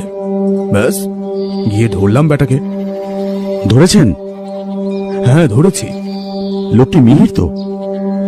হ্যাঁ, মিহির বেটাই। মিতাকে ফাঁড়িতে রেখে সোজা আপনাদের কাছেই চলে এসেছি। তাহলে চলুন এখনই যাওয়া যাক, দেখি মিহিরের থেকে কিছু জানতে পারি নাকি। তারপর আমরা বোলপুরের উদ্দেশ্যে রওনা দিলাম। গতকালের সেই ছোট্ট ফাঁড়ির কাছে গিয়ে গাড়িটা দাঁড়ালো। আমরা গাড়ি থেকে নেমে ফাঁড়িতে প্রবেশ করলাম। এই সেই মিহির। আমরা ছেলেটাকে দেখলাম। তার বয়স 25 হবে। মাথায় কালো ঘন চুল, মুখশ্রী বেশ সুন্দর, গায়ের রং ফর্সা, এক কথায় হিরো মার্কা চেহারা। জেলেদের মধ্যে যে এমন চেহারা হতে পারে তা কল্পনাই করা যায় না। এখন বুঝলাম মিতা কেন মিহিরের প্রেমে পড়েছিল। ব্যোমকেশ জিজ্ঞেস করলো, তুমি মিহির? মিহিরের মুখে কোনো উদ্বেগ দেখলাম না। সে জবাব দিল, হ্যাঁ। আমরা একটা খুনের তদন্ত করছি, সঙ্গে একটি মেয়ে নিখোঁজ হয়েছে। না, আমি কিছু জানি না, আমি কিছু করিনি। মিথ্যে বলো না, তুমি তো জমিদার বাবুর মেয়ে মিতাকে নিয়ে পালিয়েছিলে। মিহির এবার ঢোক গিলে বলল, হ্যাঁ, আমি মিতাকে নিয়ে পালিয়েছিলাম, কিন্তু বিশ্বাস করুন, আমি মিতাকে খুন করিনি। তবে কে খুন করেছে? আমি জানি না। এবার নন্দগোপাল বাবু বললেন, এই ভালোই ভালো সত্যিটা বল, না হলে কি করে সত্যি বার করতে হয় সেইটা আমি খুব ভালো করেই জানি। বিশ্বাস করুন, আমি মিতাকে খুন করিনি। আমি জানি না তাকে কে খুন করেছে। গিরিধর বাবু বললেন, তাহলে মেয়েটাকে এমনি খুন হয়ে গেল? মিতাকে নিয়ে তুমি পালানোর পর কি হয়েছিল সেটা বলো। আমি কিছু জানি না। এবার ব্যোমকেশ যেটা করলো, এর আগে কখনো কোনো কেসের তদন্তে ব্যোমকেশ তা করেছে বলে আমার মনে পড়ল না। ব্যোমকেশ নিজের পকেট থেকে রিভলভার বার করে সোজা মিহিরের কপালে ধরে বলল, আমি আর একবার জিজ্ঞেস করব, যদি উত্তর না পাই সোজা গুলি চালিয়ে দেব, আর তোমার ভবলীলা সাঙ্গ হবে। আপনি আমায় মারলে আপনাকেও জেলে যেতে হবে, তা আপনি নিশ্চয়ই জানেন।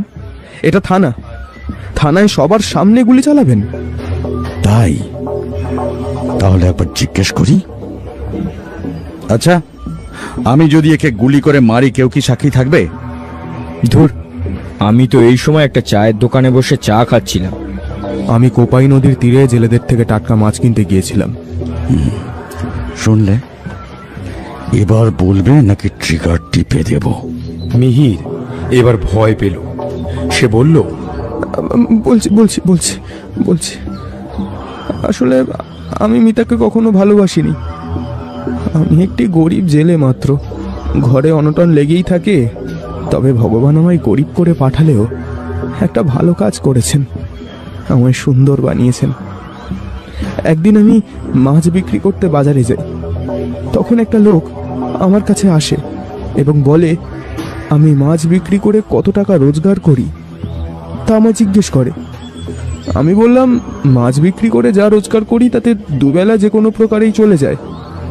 সব শুনে লোকটি বলল সে আমায় একটা কাজ দেবে। কি কাজ? লোকটি বলল, আমায় যে কোনো একটা মেয়েকে ভালোবাসার ফাঁদে ফেলে যেভাবেই হোক তাকে তার হাতে তুলে দিতে হবে, তাও নাকি 1 মাসের মধ্যেই। আমি প্রথমে না বললাম, কিন্তু পরে রাজি হলাম, কারণ আমি জানতাম কাজটা আমি পারবো। আসলে আমার সৌন্দর্যে অনেক মেয়ে নিজে থেকেই মুগ্ধ হয়।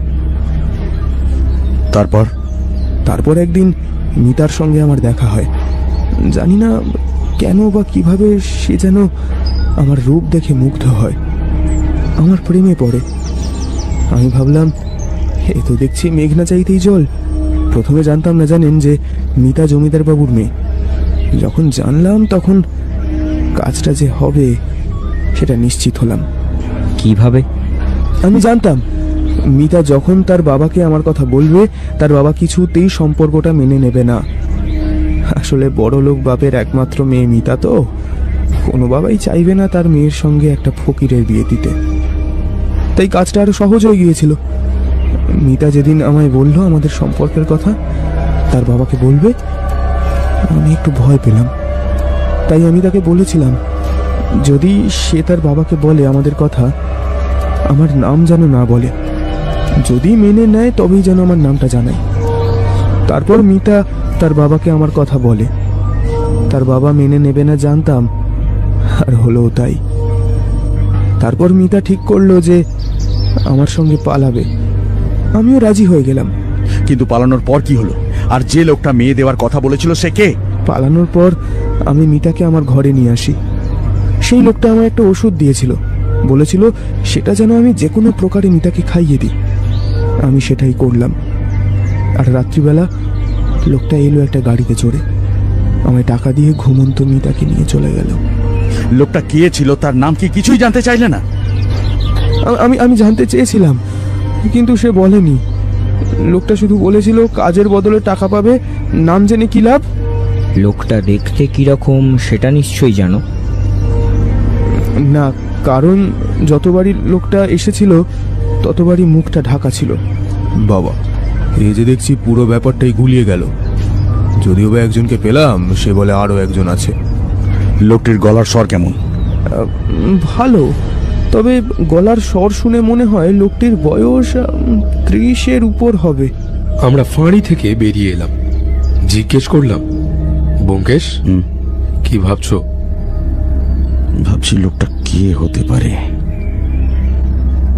না, যে আঁধারে ছিলাম সেই আঁধারেতেই তলিয়ে রইলাম। গিরিধর বাবু আমাদের পাশে এসে দাঁড়ালেন, বললেন, এবার কি করবেন? 4টি ভিন্ন স্থানে 4টি খুন, কিন্তু কেন? আর মেয়ে তো একটি স্থানেই পাওয়া যেত, তাহলে 4টে স্থানে কেন? আর সত্যবতীও নিখোঁজ হলো। সব যেন কেমন গুলিয়ে যাচ্ছে। আমি ব্যোমকেশের মুখে হতাশার ছাপ স্পষ্ট দেখলাম। কিছু তো একটা যোগসূত্র আছে, কিছু তো একটা যোগসূত্র আছে এই 4টে স্থানের, যেটা ধরতে পারলেই। আপনি ঠিক কোন ধরনের যোগসূত্রর কথা বলছেন বলুন তো? সেটা তো আমি নিজেও জানি না গিরিধর বাবু। আমাদের শিউড়ি ছেড়ে দিন, গিয়ে স্নান করে মাথাটা ঠান্ডা করতে হবে। গিরিধর বাবু আমাদের কুসুমের বাড়ির কাছে নামিয়ে দিয়ে চলে গেলেন। আমরা বাড়িতে প্রবেশ করতেই কুসুম জিজ্ঞেস করল, কোনো খবর পেলেন ব্যোমকেশ বাবু? না, এখনো পাইনি। এই বলে ব্যোমকেশ সোজা ঘরে ঢুকে গেল। কুসুমের মুখ দেখে বুঝলাম সে খুব নিরাশ হলো। বিকেল হয়ে গেছে, প্রাকৃতিক সৌন্দর্য বেশ সুন্দর লাগছে, কিন্তু তা উপভোগ করার মতো মনের অবস্থা সেটি নেই। ব্যোমকেশ, কুসুম এবং আমি 3 জন 3 মাথায় বসে। শ্রীনাথবাবু এখনো কাজ থেকে ফেরেননি, হয়তো কাজের চাপ আছে। ব্যোমকেশ বলল, একটা যোগসূত্র যদি পেতাম, কেবল একটা ক্লু, একটা। সকালে ফাঁড়িতে কি ঘটলো আমাকে বললেন না যে? তুমি শুনে কি করবে বলো? তবুও বলুন না। মানে আমার বান্ধবীর জন্য আমার মন কেমন করছে, যদি আমি কিছু সাজেস্ট করতে পারি। তুমি সাজেস্ট করবে? কেন পারি না? অগত্যা কুসুমকে সকালের সমস্ত বিবরণ দিলাম। তারপর বললাম, তাহলে কিছু বুঝলে? আচ্ছা, কোন কোন জায়গা বললেন আর একবার বলুন। আমি বিরক্ত হয়ে বললাম, লাভপুর, নলহাটি এবং সাঁইথিয়া। এক মিনিট, এগুলো তো। ব্যোমকেশ সজাগ হয়ে উঠে জিজ্ঞেস করলো, এগুলো কি? আরে এগুলো কি বলো, থেমে গেলে কেন? ব্যোমকেশ বাবু, এগুলো হলো এক একটা সতীপীঠ। ঠিক বুঝলাম না, একটু পরিষ্কার করে বলো। হিন্দু ধর্মে মোট 51টি সতীপীঠ আছে। সেই 51টি পীঠের 5টি এই বীরভূমেই আছে। অজিতবাবু যে জায়গাগুলোর নাম নিলেন সেগুলো এক একটা সতীপীঠ। 4টে জায়গায় 4টে মৃতদেহ, তাও আবার মাথাহীন, আবার সতীপীঠের শহরগুলোতে।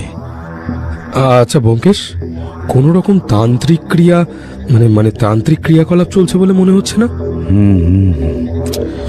একদমই ঠিক। আর যদি তাই হয় তাহলে কি? তাহলে কি? তাহলে আরো একটা খুন হওয়ার পুরোপুরি সম্ভাবনা আছে। এই কথা কেন বলছো তুমি? দেখো, কুসুম বলল 5টি সতীপীঠের কথা, আর এখনো একটি সতীপীঠের স্থান বাকি। তারপর ব্যোমকেশ কুসুমের দিকে ফিরে বলল, কুসুম, আর একটা সতীপীঠ কোথায়? বক্রেশ্বর। এই আমাদের তো তাহলে খুব শীঘ্রই বক্রেশ্বর যাওয়া দরকার। না। কেন? কারণ খুনটা যে বক্রেশ্বরে হবে সেটা একটা সম্ভাবনা মাত্র। কিন্তু বাকি খুনগুলো তো 4টি পীঠস্থানের শহরেই হয়েছে। তা অবশ্য ঠিক। তাহলে আমার একটা ভয় হচ্ছে। কি ভয়? সত্যবতীকে যদি ওই একই অপহরণকারীর দল অপহরণ করে নিয়ে যায় তাহলে সত্যবতীর ভীষণ বিপদ, ভীষণ। কিন্তু সত্যবতীকেই কেন?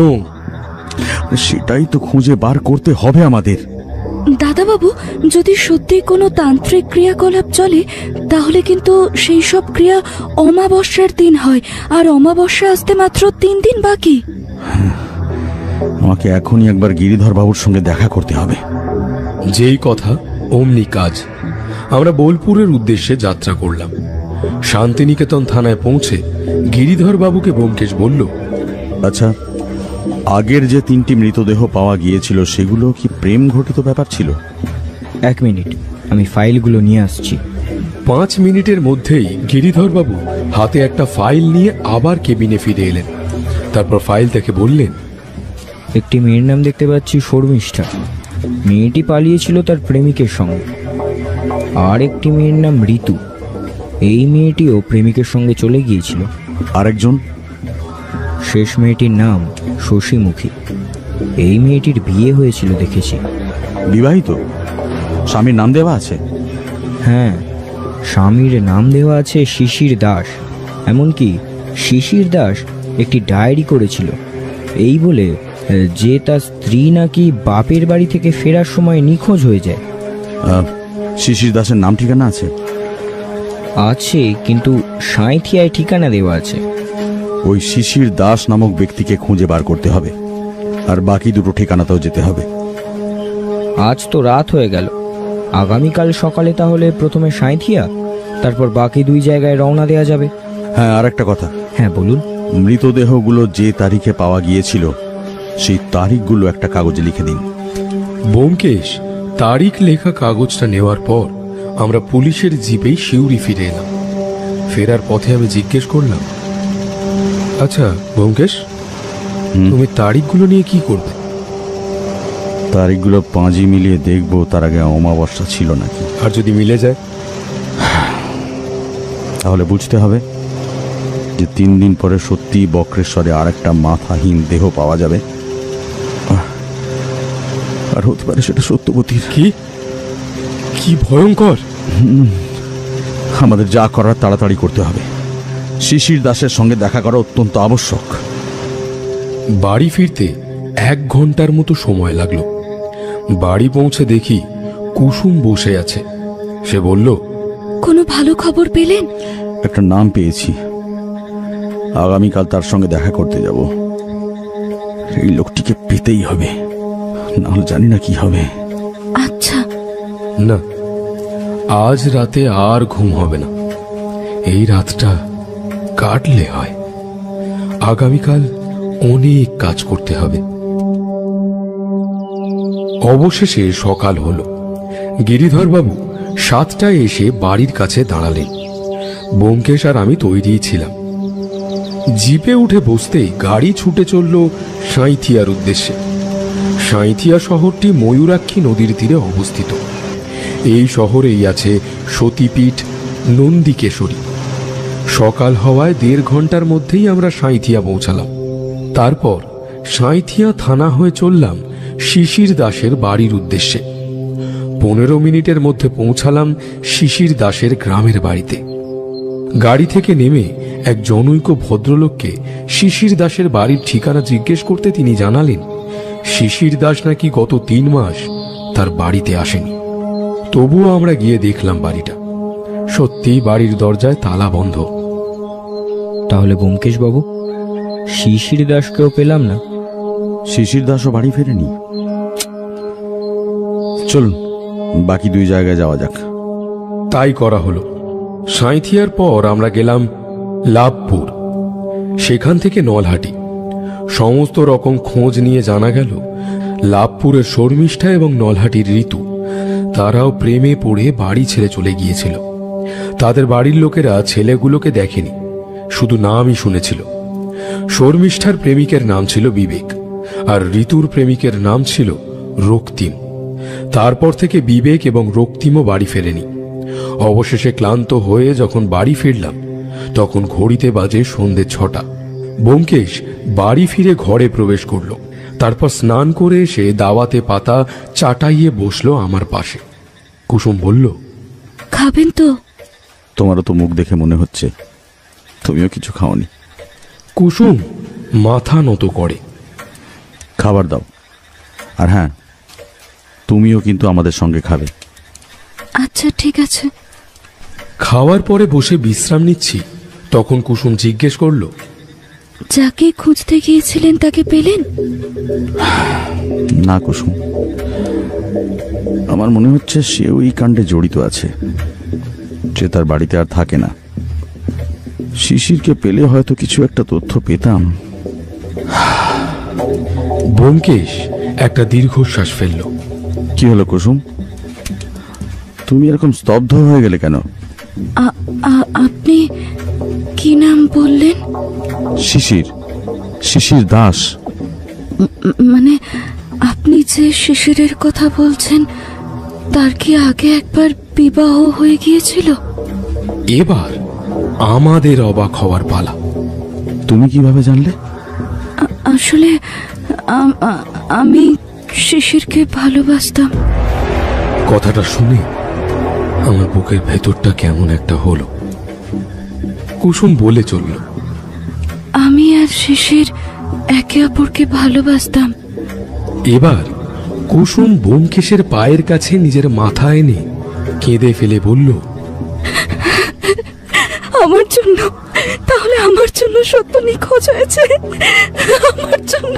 কুসুম কুসুম কুসুম কুসুম, তুমি নিজেকে সামলাও, আর যা বলার পরিষ্কার করে বলো। কুসুম বলো। কুসুম খুব কষ্টে আত্মসম্বরণ করে বলে, আপনারা যেদিন বিকেলবেলা আমায় জিজ্ঞেস করেছিলেন যে আমি মন মরা কেন। হ্যাঁ হ্যাঁ, মনে আছে। এই বলে কুসুম সেদিনের বিকেল বেলার সমস্ত ঘটনা বলে গেল। শিশির তোমার সঙ্গে কথা বলতে বলতে অমাবস্যা আসছে এই কথাটি বলেছিল। এবার পুরো ব্যাপারটা বুঝতে পারছি, আর এটাও বুঝতে পারছি যে সত্যবতীকে কেন অপহরণ করা হয়েছে। আপনি আমায় ক্ষমা করবেন দাদাবাবু। আমি কিছুই বুঝতে পারছিলাম না, তাই জিজ্ঞেস করলাম, ব্যোমকেশ আমায় একটু পরিষ্কার করে বলো তো, আমাকে একটু বলো তো যে তুমি কি বুঝতে পেরেছো। এত সহজ ব্যাপারটা ধরতে পারলে না কুসুমের কথা শুনেও? না। শিশির সেদিন রাতে কুসুমকে বিয়ে করতে চেয়েছিল। তার প্রধান কারণ হলো অমাবস্যা সামনেই, অর্থাৎ তার আর একটা মেয়ের প্রয়োজন। কিন্তু কুসুম বিয়েতে রাজি হলো না। শিশির জোর করলেও কিন্তু কুসুম সেদিন রাতে গেল না নদীর ধারে। তাই শিশির মতলব করলো বাড়ি থেকে কুসুমকে তুলে নিয়ে যাবে। কিন্তু কিভাবে? অনেক উপায় ছিল। ঠিক আছে, তারপর বলো। তারপর আমরা কুসুমকে নিয়ে যাই ডাক্তারের কাছে। শিশির তার দলবল নিয়ে আসে, কিন্তু কুসুমকে দেখতে পায় না। তাই তারা সত্যবতীকে নিয়ে যায়। তাদের দরকার একজন মেয়ে, তা সে কুসুমের পরিবর্তে সত্যবতী হলেও তাদের কিচ্ছু যায় আসে না। ভেবে দেখো অজিত, ঘর ফাঁকা, সত্যবতী একা ঘরে ঘুমোচ্ছে, এর চেয়ে ভালো সুযোগ হতে পারতো। ঠিক বলেছ। তাহলে এখন আমরা কি করব? তার আগে একটা প্রশ্নের উত্তর পেতেই হবে। বলো। তোমাকে না, কুসুমকে। হ্যাঁ বলুন। আচ্ছা কুসুম, শিশির কখনো তোমাকে অজান্তেই বলেছিল যে এখন সে কোথায় থাকে? না, সেটা বলেনি, তবে বলেছিল আমায় বিয়ের পর সে একটা খুব সুন্দর জায়গায় নিয়ে যাবে। কোথায়? কোথায় সেটা? বক্রেশ্বর নদীর দক্ষিণ পশ্চিম দিকে নাকি একটি ছোট্ট দ্বীপ আছে, সেই দ্বীপে আমায় নিয়ে যাবে বলেছিল। বলেছিল শহর থেকে দূরে একেবারে শান্ত প্রকৃতির সৌন্দর্যে ভরা সেই জায়গাটি। আর তুমিও বলেছিলে যে বক্রেশ্বর হলো আরেকটি সতীপীঠের শহর। এখন সব মিলে যাচ্ছে, সব মিলে যাচ্ছে। তার মানে সত্যবতীকে বক্রেশ্বরে নিয়ে যাওয়া হয়েছে। তুমি এতটা নিশ্চিত হচ্ছ কিভাবে যে সত্যবতীকে তুমি বক্রেশ্বরই পাবে? কারণ সব সূত্র একসাথে গাঁথা রয়েছে। আমরা আগামীকালই বক্রেশ্বর যাব। শিশির যে এত খারাপ একজন তা ভাবতেই পারিনি। মানুষকে দেখে তার চরিত্র বোঝা যায় না কুসুম। যাকে আজ আর কথা নয়, আগামীকাল অনেক কাজ আছে। ঠিক আছে। তারপর আমরা যে যার ঘরে চলে গেলাম। রাতটা কাটলে হয়। কলেজ ট্রিপ কখন শেষ হয়ে গেছে? এত দেরি কেউ করে? কখন থেকে তোমার জন্য অপেক্ষা করছি। আরে গাড়ি পাচ্ছিলাম না, তাই তো দেরি হলো। ঠিক আছে, আর সাফাই দিতে হবে না। এই নাও। তা আজ হঠাৎ গোলাপ? দেরি হওয়ার জন্য ঘুষ নাকি? আরে ঘুষ কেন হতে যাবে, বলো ভালোবাসা। ঠিক আছে ঠিক আছে, এরপর থেকে দেরি করে এলে কিন্তু আমি হারিয়ে যাব। না। ঘুমটা ভেঙে গেল। বুঝলাম ব্যোমকেশ চিৎকার করে উঠেছে। আমি তার ঘরে গেলাম, বললাম, ব্যোমকেশ, তুমি আবার স্বপ্ন দেখেছো?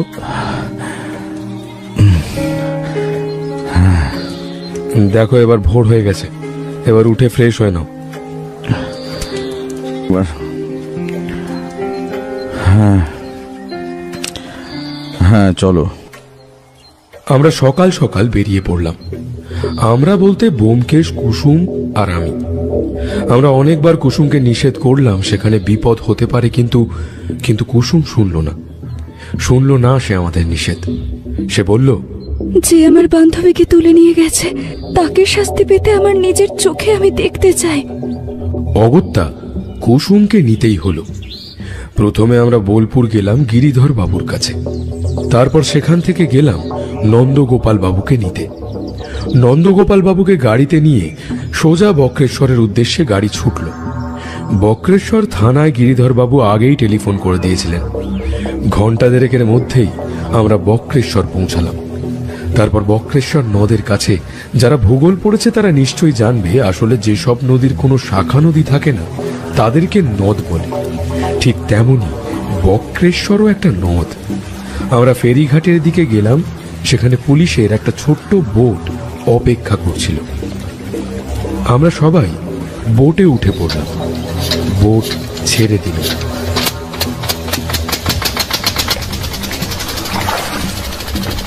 দক্ষিণ পশ্চিম দিকে নিয়ে চলো।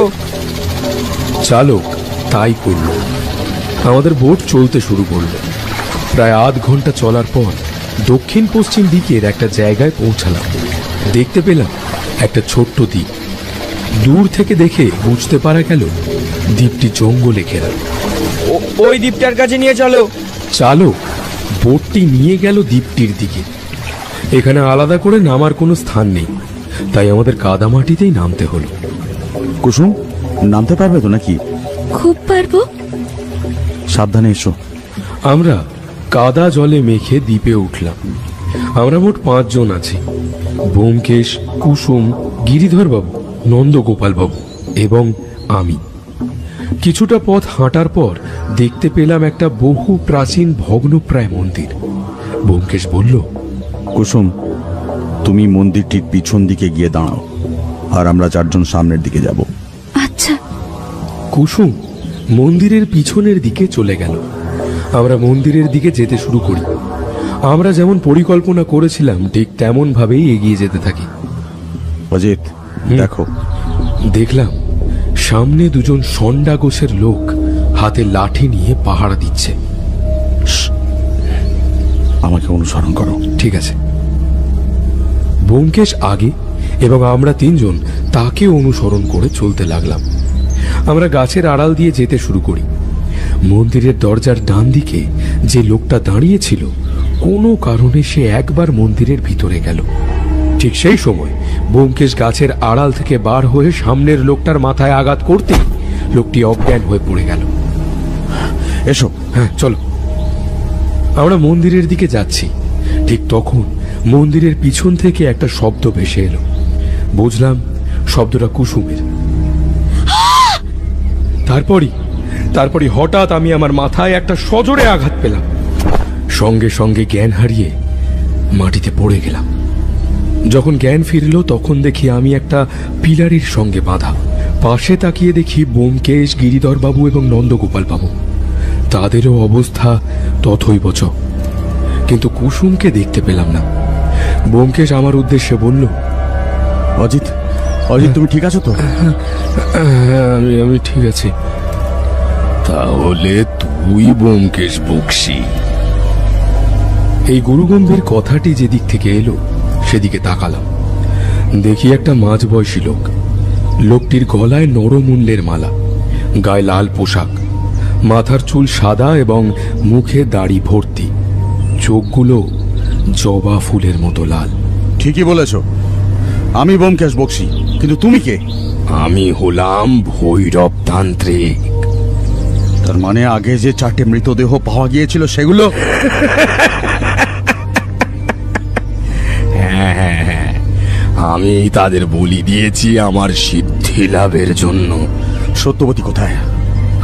আছে, এখনো পর্যন্ত জীবিত আছে, তবে আর বেশি দিন জীবিত থাকবে না। অমাবস্যা পড়তে আর 2 দিন বাকি। তারপরেই তোর পত্নীকে বলি দিয়ে আমি সিদ্ধি লাভ করব, আর আমি হব এই পৃথিবীর সর্বশক্তিমান। একবার হাতটা খুলে দিয়ে দেখ, তারপর তোর সর্বশক্তিমান হওয়া আমি বের করে দিচ্ছি। আমার স্ত্রী কোথায়? তান্ত্রিক ডাক দিল, শেষের। তারপরেই দেখি মন্দিরের এক পাশের দরজা খুলে গেল এবং সত্যবতীকে নিয়ে শিশির এসে দাঁড়ালো আমাদের সম্মুখে। শিশিরকে আমরা দেখলাম, এর চেহারাও সুন্দর। সত্যবতী ব্যোমকেশকে দেখতে পেয়ে বলল, এত দেরি করে এলে? তোমায় অন্বেষণ করতে একটু সময় লেগে গেল যে। আমি শিশিরের উদ্দেশ্যে বললাম, তুমি তো কুসুমকে ভালোবাসতে, তাই না? না, আমি কখনো কুসুমকে ভালোবাসিনি। ওকে শুধু ফাঁদে ফেলে এখানে নিয়ে আসতে চেয়েছিলাম, যাতে ওকে বলি দিতে পারি, ঠিক যেমন আমার আগের বউটাকে বলি দিয়েছিলাম। তুমি মিহিরকে বলেছিলে একটা মেয়েকে ফাঁসিয়ে যেন তোমার হাতে তুলে দেয়, তাই না? হ্যাঁ, একদম তাই। আমি মিহিরকে বলেছিলাম। আর বাকি দুজন কোথায়, মানে বিবেক আর রক্তিম? তারা দেখাচ্ছি। তারপর একটা মাটির পাত্রে 2টো কাটা মুন্ড নিয়ে আসলো একটা লোক। আমার গা গুলিয়ে উঠল। সত্যবতীও একটু আতকে উঠল। ওরা ভয় পাচ্ছিল যদি ওরা ধরা পড়ে যায়, তাই ওদের একেবারে মুক্ত করে দিয়েছি। আমাদের কাছে একটাই শর্ত, যদি ভয় পাও তার একটাই শাস্তি, মৃত্যু। ভৈরবতান্ত্রিক এবার সত্যবতীর দিকে তাকিয়ে বলল, কিরে, তোর স্বামী নাকি তোকে বাঁচাবে? দেখ দেখ দেখ, বাঁচাতে পারলো। এবার তোদের সবাইকে একসঙ্গে বলি দেব আমি।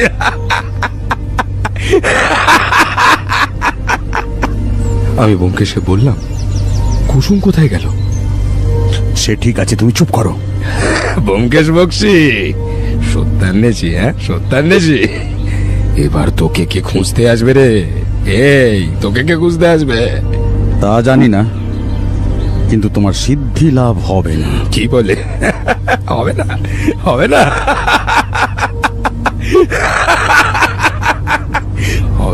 হবে, সব হবে, ঠিকই হবে। শিশির, সত্যবতীর গলা থেকে ছুরিটা সরাও। আর যদি না সরাই কি করবে? তাহলে ওই ছুরিটাই তোমার হৃৎপিণ্ডে বসিয়ে দেব আমি। আমি ওই তান্ত্রিককে বলেছি, তুমি ওকে মেরে ওর বুকে পা দিয়ে আমার সিঁথিতে সিঁদুর দিয়ে তবে এখান থেকে নিয়ে যাবে আমাকে। নিশ্চয়ই তাই হবে। তাই? কিন্তু তার আগে যে তোকে ছাড়া পেতে হবে। হ্যাঁ, আরে ভালো, মরার আগে ভালো কথা চিন্তা করা খুব ভালো। ঠিক এমন সময় সামনে দাঁড়িয়ে থাকা দেবী মূর্তিটির দিক থেকে শব্দ ভেসে এলো, ভৈরব। মা! আমরা সবাই হতবাক হয়ে গেলাম। দেখলাম ভৈরবতান্ত্রিকও অবাক হয়েছে। সে বলল, মা, আপনি? হ্যাঁ, আমি। শোন, তুই সত্যবতী, ব্যোমকেশ, অজিত এবং 2 জন পুলিশকে ছেড়ে দে এখনই। কিন্তু মা, মারে আমি যে ওদের বলি দিয়ে আপনাকে সন্তুষ্ট করতে চাই মা। কোনো কিন্তু নয়, তুই যদি না ছাড়িস তাহলে শত বলি দিলেও আমি তুষ্ট হব না। না না না না না মা, মা গো এমন বলবেন না মা, এমন বলবেন না, আমি এখনই ছেড়ে দিচ্ছি। তারপরেই তান্ত্রিক নিজেই আমাদের বাঁধন খুলে দিল। আমরা সবাই অবাক। শোন ভৈরব,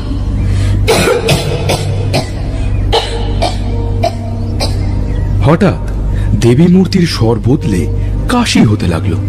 তখন ভৈরব তান্ত্রিক বুঝতে পারল আসলে দেবী নয়, কেউ দেবী মূর্তির পিছন দিয়ে কথা বলছিল। আমরা সবাই বিস্ময় চোখে দেখি কুসুম এবার বার হলো দেবী মূর্তির পিছন দিয়ে। ততক্ষণে অবশ্য গিরিধর বাবু এবং নন্দগোপাল বাবু তাদের পিস্তলগুলো তুলে নিয়েছে। তারপরই ভৈরব তান্ত্রিকের লোকগুলোকে গুলি করে তারা শেষ করে দিল। পড়ে রইল শুধু শিশির আর ভৈরব তান্ত্রিক। আমি তোমাকে সত্যি ভালোবেসেছিলাম শিশির, কিন্তু তুমি। আমি ভুল করেছি, আমাকে ক্ষমা করে দাও কুসুম। এমন ভুল আর কখনো করব না, কথা দিচ্ছি আমি তোমাকে। তুমি শুধু আমাকে আর একবার তোমায় আপন করে নাও। দেখি কুসুম শিশিরের দিকে এগিয়ে গেল। তারপর শিশিরকে জড়িয়ে ধরে বলল, তুমি আমার বান্ধবীকে অপহরণ করে নিয়ে এসেছিলে, তোমাকে আমি কিভাবে ক্ষমা করে দিই বলো? তারপরে শিশিরের একটা আর্তনাদ। দেখি কুসুম তার বুকে ছুরি বসিয়ে দিয়েছে। তুমি আর এই ভণ্ডতান্ত্রিক মিলে 4-4টে মেয়েকে খুন করেছো, এমনকি আমার বান্ধবীকে পর্যন্ত তুলে নিয়ে এসেছিলে বলি দেওয়ার জন্য। তোমাদের তো বাঁচিয়ে রাখা যাবে না। এই বলে আরো কয়েকবার কুসুম ছুরিটি বসিয়ে দিল শিশিরের বুকে। আঘাতপ্রাপ্ত হয়ে শিশির মাটিতে লুটিয়ে পড়ল। এবার ভৈরব তান্ত্রিক, তোমার সঙ্গে কি করা যায়? আমি সর্বশক্তিমান, আমি অমর। একটি গুলিতে তোর খুলি উড়িয়ে দি, তখন বোঝা যাবে তুই কেমন অমর। না নন্দগোপাল বাবু, ও আমার স্ত্রীকে মারতে চেয়েছিল, আর আমার স্ত্রী ওকে বলেছিল যে আমি ওকে মারব। তাহলে তাই হোক। ভৈরব তান্ত্রিক, এখন তুমি আর আমি, আমাদের মাঝে কেউ আসবে না। ভৈরব দৌড়ে গেল ব্যোমকেশের দিকে, ব্যোমকেশও গেল ভৈরব তান্ত্রিকের দিকে। একটা ঘুষি লাগলো ব্যোমকেশের চিবুকে, ব্যোমকেশ পড়ল মাটিতে। ওঠ, ওঠ ওঠ ওঠ ওঠ ওঠ। ব্যোমকেশ উঠল। এবার ব্যোমকেশ একটা ঘুষি দিল ভৈরব তান্ত্রিকের থুতনিতে। ভৈরব একটু দূরে সরে গেল। এইভাবে তাদের লড়াই চলল বেশ কিছুক্ষণ।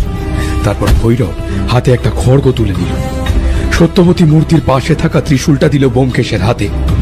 চলল তাদের লড়াই। ব্যোমকেশ একসময় তার হাতের ত্রিশূলটা বসিয়ে দিল ভৈরব তান্ত্রিকের বুকে।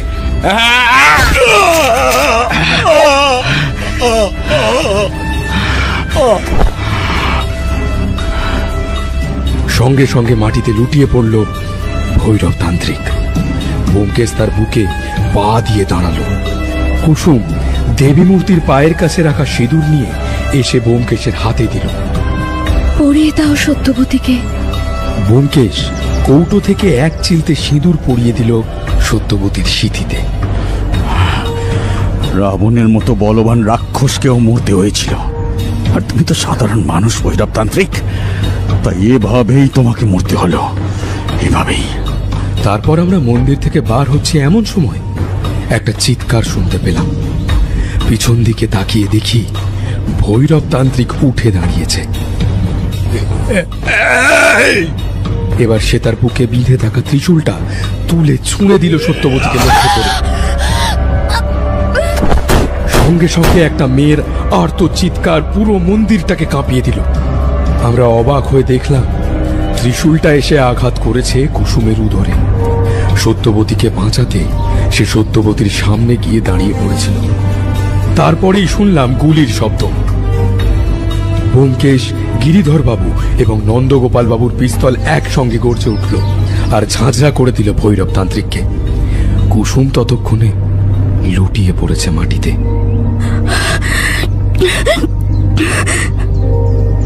তুই কেন এরকম করলি কুসুম? কেন এরকম করলি? তুই আমার বান্ধবী সত্য। তোর কোনো ক্ষতি হতে আমি দিতে পারি না। দাদাবাবু সত্যকে সবসময় খুশি রাখবেন। কুসুম তার শেষ নিঃশ্বাস ত্যাগ করল। সত্যবতী কেঁদে উঠল। কুসুম,